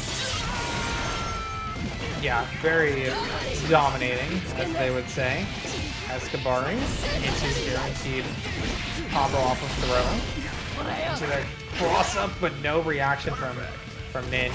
Perfect back and forth. Both players are about similar on the burst meter, so we'll see. 6P a little too early. And the thing about Dominating Moon is that they're looking out for these anti-airs. Like, they're trying to force you to, like, miss time a lot of that stuff, so good stuff though to Nan. Whoa, that air throw was cool there from Dominating Moon, reacting to Nan following us upwards. Gonna still be in the corner though. Nice counter hit 2D to fight out. Counter hitting confirming into this H-cab combo rather. Safe jumping as well. Nan not in a great spot.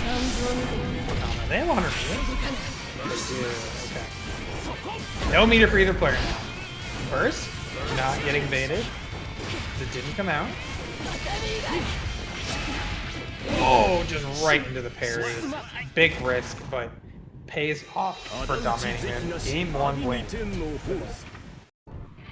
Those parries can be crazy, especially in the scramble, and especially when you only need one more hit to take it out. So strong stuff there from Dominating Moon. Getting counter hit there on our Tatami setup. Nan gets the burst away from this Baiken. Trying to get a stray hit here, but has to spend our own burst back. Dominating Moon, wow! Dancing around the H stun edge, but nice stuff. Nan still getting that hit.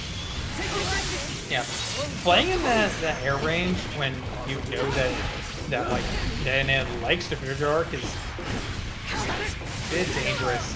Nice stun it, not stun dipper, and very plus, and Dominating Moon not respecting that. Nan gets that first round. Nice stuff. And oh, what that JH. That JH may as well have a hurt box on the whole screen. That stuff is crazy. Nan. Gonna get that S tether applied. I like that. DPing through the gap, betting it all on throw. Dominating Moon taking advantage. Oh, alright, PRC into air throw. Nice DP. Yeah, I'm thinking about that before. That probably is the answer. Unfortunate, no side correction on that special move. So I think Dominating Moon has another chance here. Alright, not gonna burst in this situation. PRC and he's gonna take game 2. That was a scrambling game. Come on. Now that one was crazy. We were like literally running up and down the screen for stray hits. So many trades back and forth. Nan coming out on top though. I like that. An amazing whip punish round start. Dominating Moon.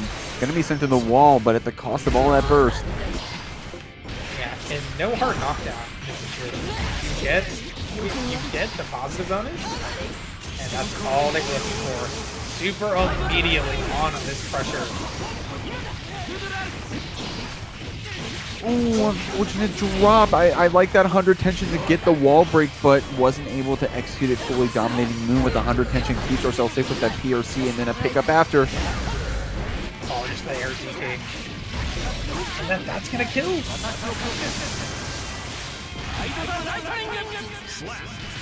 Like that from Nan. Recognition to go into that wild assault quickly. That's one thing about her, right? We're talking about all the characters she plays. She does play only orange wild assault characters, right? So she's always ready with that mechanic, regardless of who she's piloting. Dominating Moon in the face of that, however, has that S tether, using that PRC to keep the H cab safe, but Nan fighting back. Oh, just a run up 5D, and I like. Look at that combo.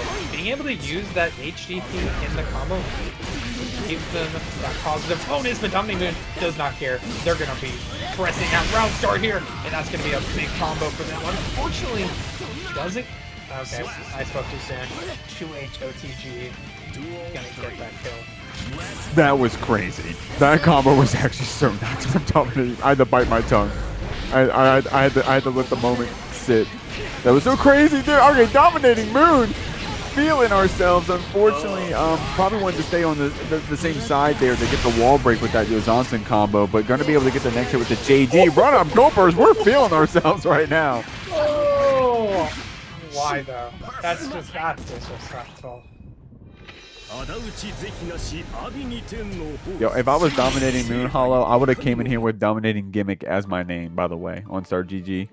I mean, not Star GG, I'm sorry, as my R code, rather. I'd come here with the Dominating Gimmick R code. I'd be like, all right, man, what up?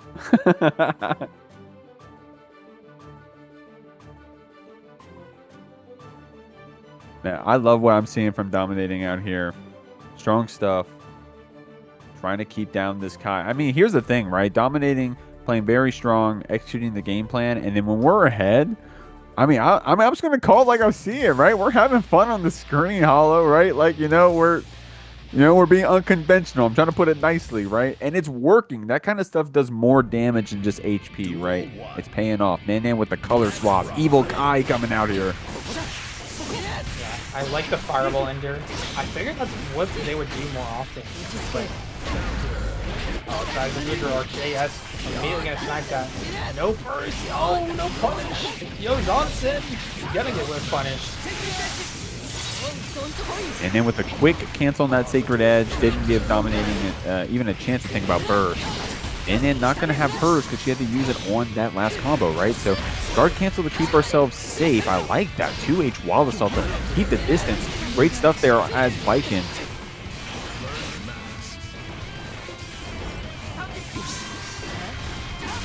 Oh, and trying to get the cross up. Oh, that combo a little bit too late on the Wild Assault. Trying to get crafty with these angles of the stun edges, especially in the air, but Dominating Moon gets that next counter hit.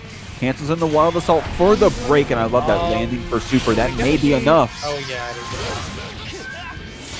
Is that actually going to hit? It is going to hit. Set point for Dominating Moon right now.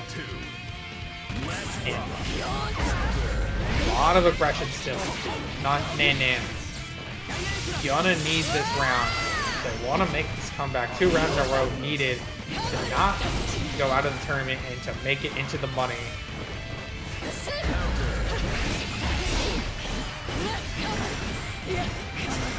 Dominating Moon trying to fight it out here to get another chance at playing against Hiho to get that run back potentially. We're trying out here.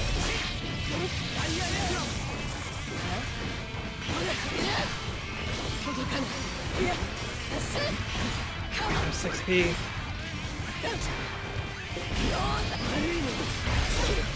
A lot of risk right now on Nanan. This next combo could hurt. Nice block, but you blocked in the air, so that's gonna still be plus for Dominating Moon. Wow. I mean, you won one more game than that previous set, but it just feels like I'm gonna say it. I feel like Nanan played way too much into the scramble. Wins. Yeah, definitely a strong Dominating Moon going down to Hiho in the winner's side of this top 8, but we're getting the run back and we're starting off here in losers finals. Hiho gonna ladder us to the corner, but Dominating Moon ready with an immediate parry. Yeah. The risk reward has been working out for Dominating Moon in these past few matches, so we'll see if that continues. Alright, just immediately on top. Oh, I love to celebrate through. Just disrespecting that pressure a lot, but guess what, Dominating Moon? Same thing. Trying to do a lot of disrespect. Good gun suit though. Alright, able to take her. Oh, okay. There it was. It's the fabled. The hidden, the myth, the legend, the double Yozansen on whip. Hiho's almost stunned by it, but able to bring his composure back to normal, closing out that round. Yeah, Capel? Kinda good against Pear. You're seeing it right now, this also cannot be parried, so it's one of those things where Dominating Moon has to focus on defense in these situations, and is not. Okay, gonna, That's defense. That's defense, Hollow. Gold burst, get that resource chewing up, trying to wake up and get that hit. Trying to get a YRC or something. Dominating Moon. It's going to be the throw with Hiho getting a perfect to close out that first game. I mean, I'll say you can't use any of that meter if you're dead. So, and a lot of risk taking in there. Like obviously you're getting vortexed by Millia, but you have a 4-frame. Like you can try to challenge it at some point, but I feel like they're relying a lot on parry. I mean, we're relying on options out here to take us to the top. What brought us here so far, no reason to throw it away now, right? Watch the VOD later, make those adaptations, but for now, stick to what was working. I think that's what Dominating Moon is doing here, and it's a great effect, right? Getting some licks in here against Hiho, trying to go for that Rising Yozansen, but this Millia gets around you. Yeah, that was some weird movement stuff. It felt like Dominating Moon was in some full control, but ultimately, Hiho, I mean, on top, that's just really good against those pokes. Nice parry.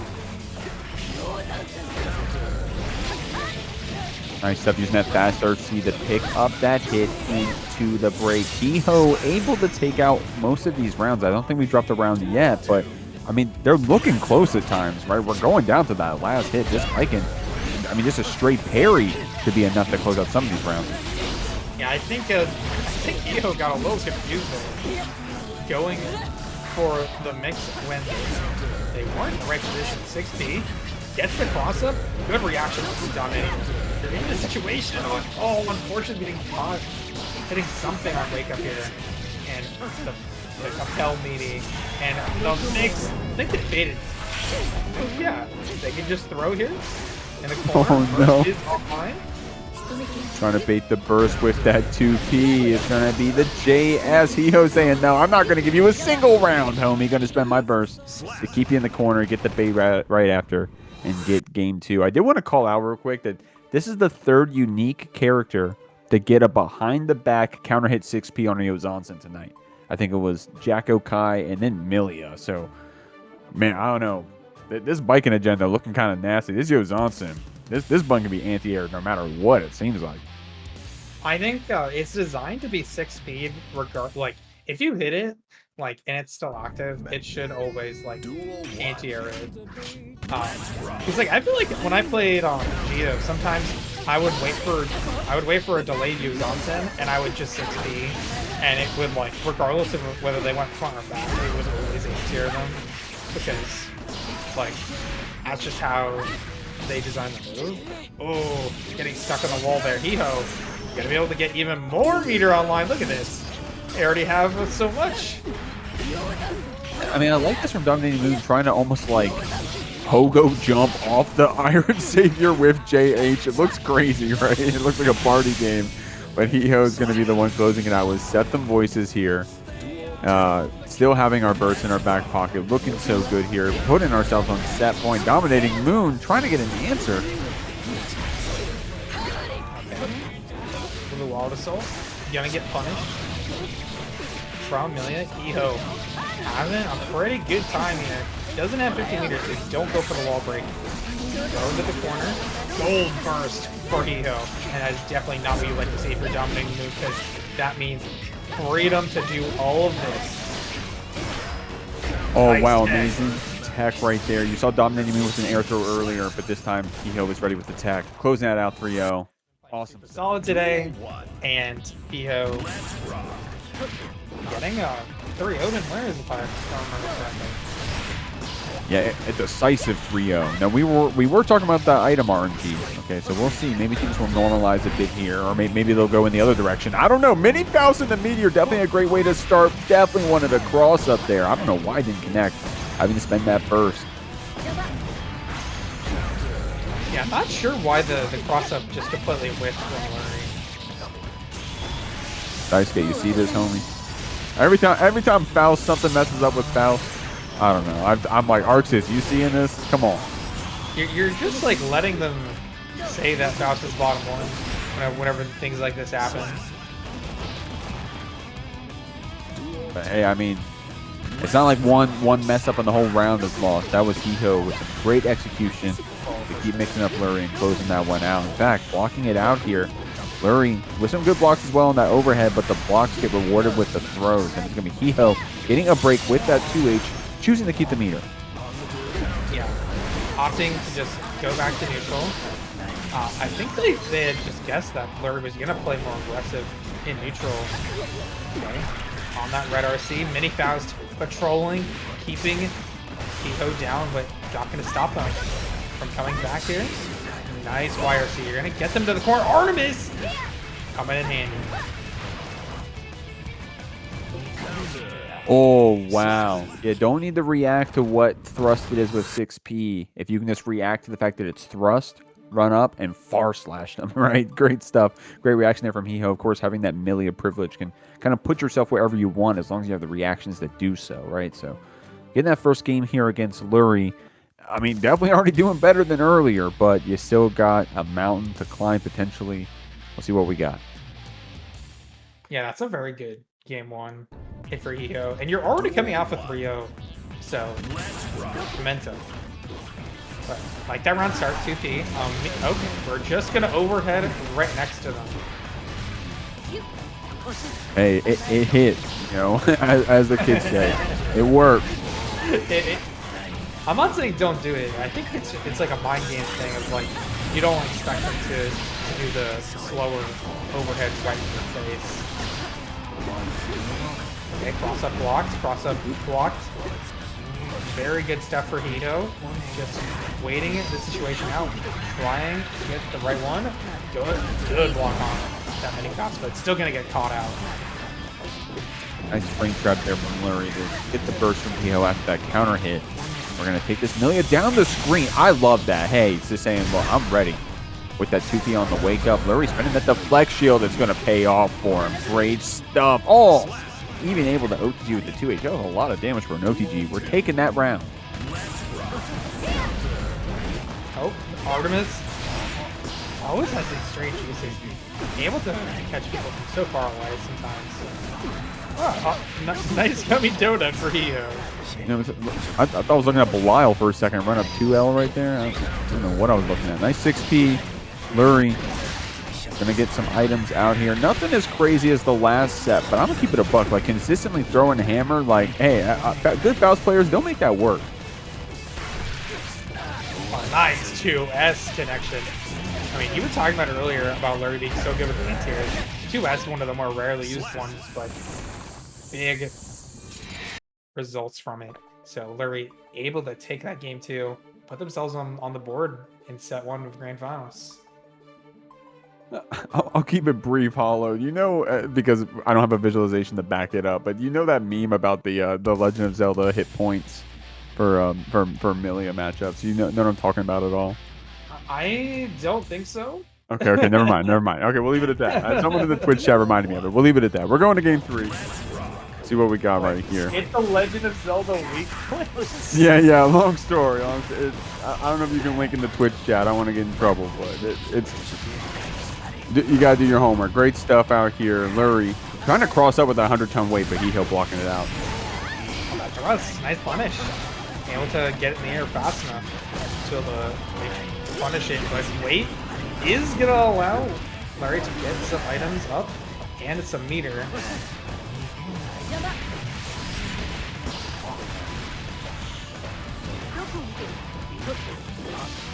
Good stuff. Hiho getting rewarded with that throw after the previous round. What was that, like 4 2Ps in that previous round or something? So Hiho showing that we're willing to do the stagger, so getting rewarded with some tick throw pressure instead.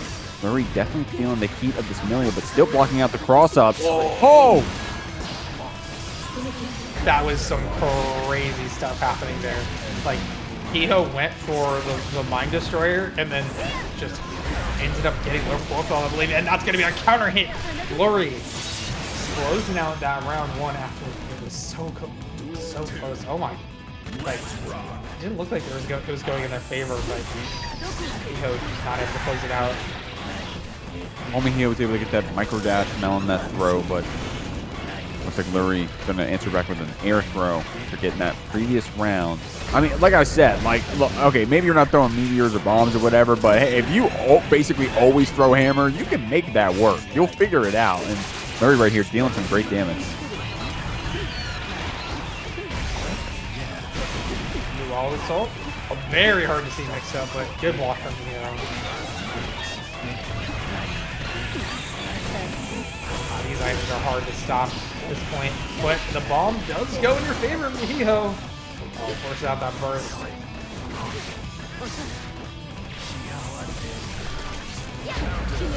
Oh, amazing 6B there from Hiho, using that normal to take out Lurry, putting him through the wall. He's going to have the tension on the other side, but a lot of damage here. Unfortunately, just to land the inevitable. Lurry ready with that 2P on the round start. Hiho going down here. Lurry, of course, getting 3-0 earlier against Hiho, trying to do so again. Would love to get this Paragon online under his belt without dropping a single set. Hiho, of course, having this chance to get the run back, to try to get the most of this money. Guys, we only got a couple games no matter who's going to win it out. If you guys don't mind, exclamation point Maggiorino, do those sponsor quests, help pad that prize pool. Thanks to everyone contributing. We're going to game 4. Nice smash. 2P. Connection. Oh, the bomb. This is not going in Hiho's favor. Nice punish, though. Even with the meteors, it was like Hiho was able to navigate that super well. Capel did a nice media as well. Lurry, back foot. Dealing with this hard knockdown situation. But they do have 15 meters. He spent defensively on that YRC, but I mean, Faust actually in a pretty good spot post YRC with that 2H, right? So gonna clip Hiho there, using that JH, waking off of the trumpet. Not gonna get the wall breaking. Hiho in the drop is gonna get rewarded. Yeah. Whoa. What is this health value? Are you kidding me? 2 speed ended, but wow, I cannot believe they didn't die off that. Ended on Scarecrow. Lurry didn't build up the tension until he got hit to die. Damn, Hiho in the clencher, dog. This one is such an awesome set. Hiho getting caught by that 6H. A meteor well timed. And getting all the items that they need right now. The weight Oh, and unfortunately punishes them and just give me instant overhead for Hiho right now. Hiho only needs this round to take it to game 5 right now. And it's looking super good, but he's not out of it yet. Defense here in the corner. And he found a pretty big helper. And they're able to collect that donut to get some health back. A good blocks on the cross-up overhead, but the second was the mix. H-Disc is going to close out this game for Hiho. Threatening reset point. Awesome stuff from this Millia. Clawing it back. It's not over.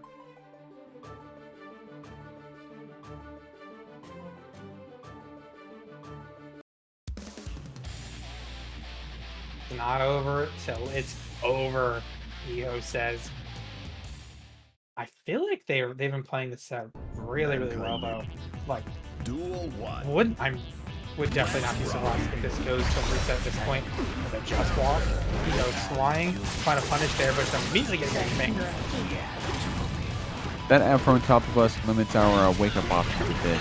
And then Faust going to keep us jailed into the corner. He has some good blocks and active defense. Going to backdash out. And in fact, whoa, dude, crossing up with JD using that forward momentum. Hiho has a lot of tricks with this Millia Lurry with some good defense to block it out for the most part. Oh, nice block of the overhead.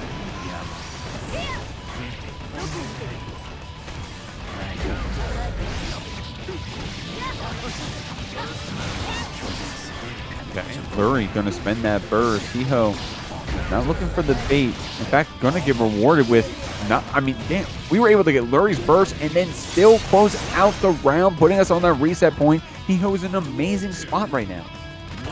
Yeah, and no burst for Lurry means this round could be super dangerous because Millia can just put you in such awkward situations that you have to block. Not blocking that mix. And they are going to be forced to the wall. They're going to get burst back, but not until the very last second. Nice 5K though for Lurry. The 5D just coming out. The 2K right after. Just the mind destroy.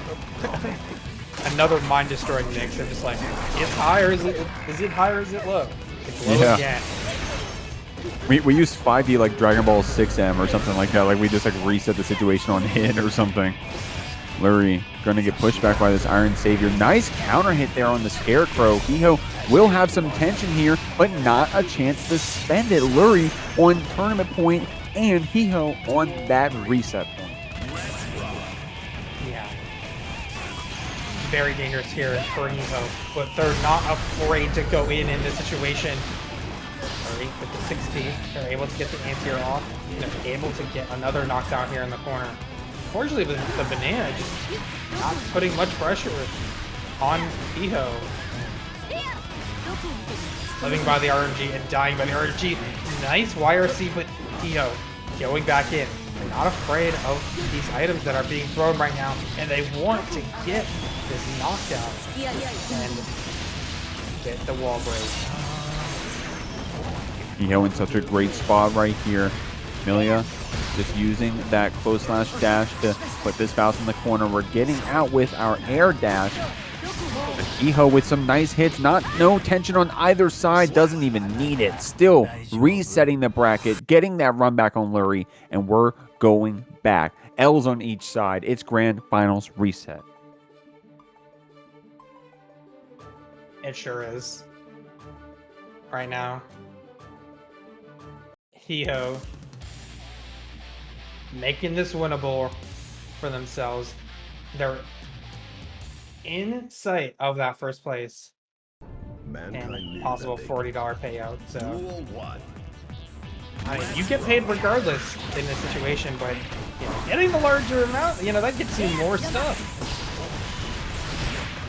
That's a lot of wing stop if you know. Lurry gonna spend that burst to get some distance, but oh man, using that 2K rather to catch Hiho jumping into your lap. Heckin' with that air tech. Lurry still has the mini Faust, I think, over there in the corner. No, he's gone now, but we don't even need him at this point.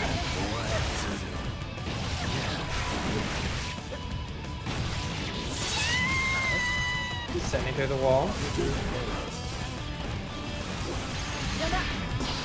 Nice help.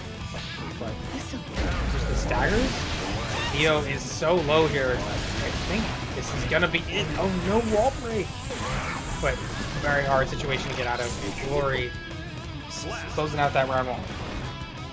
I love how the bombs, or rather the items in general, can force like these, like, okay, what are they going to do? They're going to jump over me, they're going to do this, blah, blah, blah. But no, it's the throw. Like, the mental set gets so high, just seeing an item on the screen is enough to get the throw in. Hiho, in the face of that, though, still closing out some strong damage against Lurry, breaking that wall with that Artemis. Both players having that burst evened up. Hiho getting that positive bonus, is going to scoot in with this Iron Savior.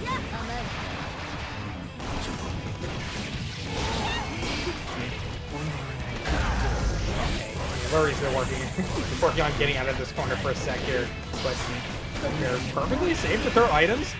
Afro on Hiho right now. They have to hold stuff. Gonna get exploded, and now it's free reign on these items. Those bombs just giving Lurry a lot of coverage. And I like that crossing up Hiho with that Meteor Scarecrow. It's a tricky setup. Not easy to execute.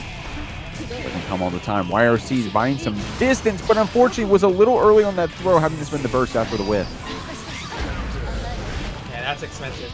Not a lot of meter available for Hiho in the future. And yeah, that's going to be big. Lurry takes game 1. Strong stuff here from Lurry. Definitely very active with the items there in general, I think. And also with our red RCs, we're getting some stray hits with anti-airs, with mix, and then returning them in the corner situations. And it's a little bit harder for Hiho to get out of that corner and start playing the game. Of course, Hiho, one of the GOATs on that Millia, very quick with that air and ground movement, so has been able to dance around this Faust for the most part. That's how we got this far in the bracket. But now in this reset, Lurry's the one with the lead.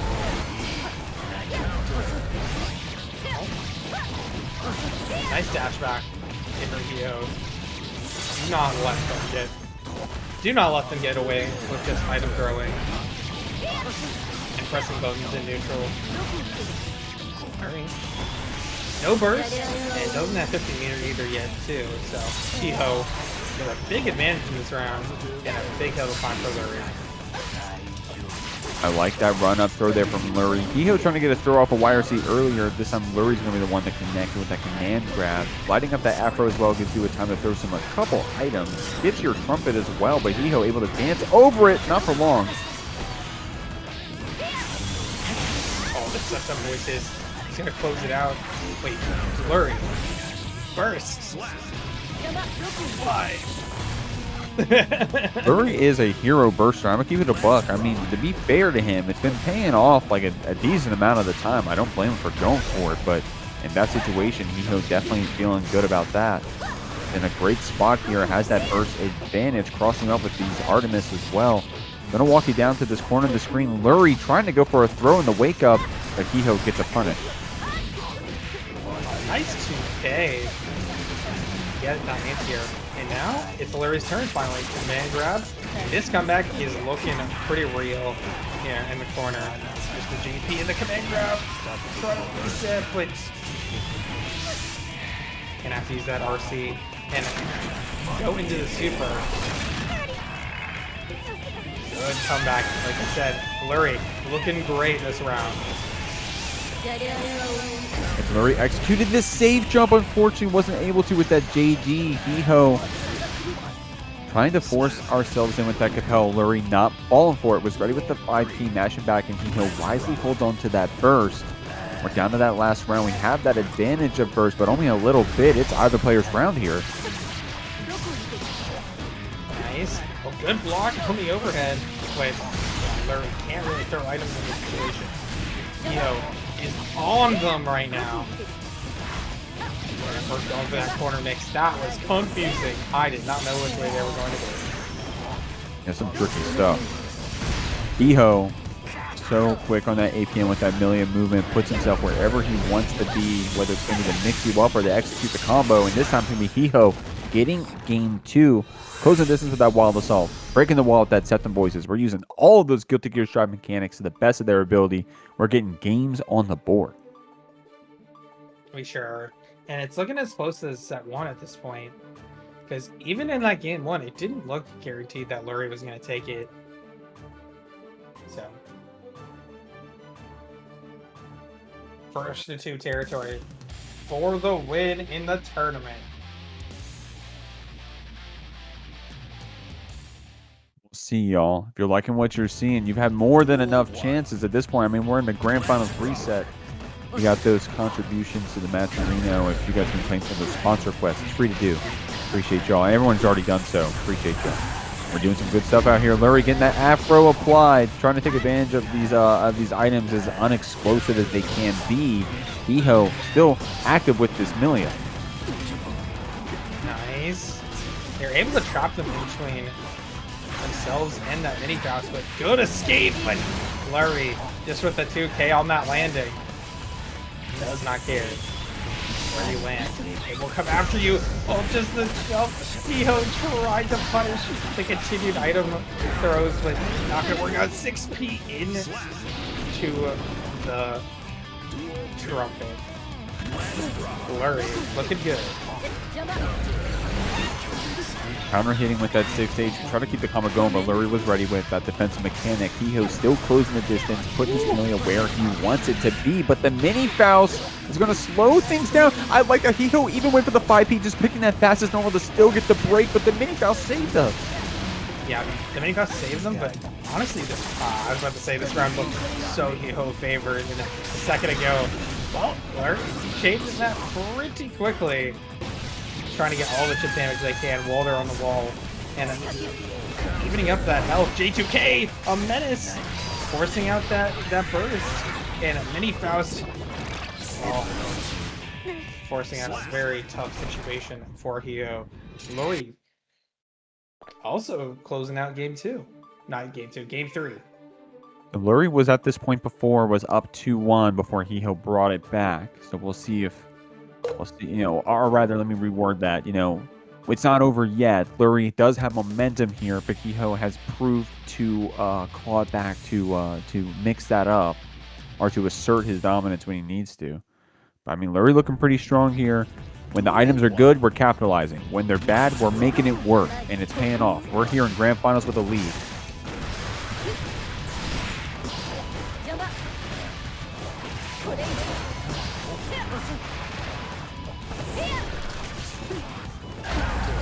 Like that Goldlewis rushing for Iho, but just knockdown. Not looking good for them. I like the jump there, but they're still gonna get command grab turn on the ground, and it's just so dangerous. The vortex that can happen from this situation so difficult, and they're waiting for Iho to explode there, and the 2P to check the movement. Lurry's on set point. With the burst advantage as well, you're in a really great spot. Could see an early burst potentially, or some aggressive blue wild assaults. Iho blocking it out, that mix is well spaced there from Lurry, keeping ourselves safe, and those 6Hs have been connecting crazy tonight. Oh, but the trumpet going in Iho's favor is going to actually give them another chance. Nice blocks from Iho in the backdash. Actually lets them punish. So we're back in business here. After Iho, they're trying to take this to a game 5, but set point still in here right now for Lurry. Nice anti-air in the going right to the corner means that Iho has to burst. With some confident approaches here, going to keep that Lurry tumbling to the corner. It's going to be an OTG close slash to get the Oki after Iho with the meter that keeping your throw safe. Lurry just getting beat up there at the end. Still here on tournament point, but Iho not going down without a fight. Oh, this 6H round start from Iho? I mean, that's confident. It's going to work out for them. First online for Lurry, but yeah, you have to use it. You're too far down at this point. You must get some momentum back in this round because you want to close out the set here. And not looking too bad to do so. Both have meter, forced to use it. Both not going to get much out of their PRCs.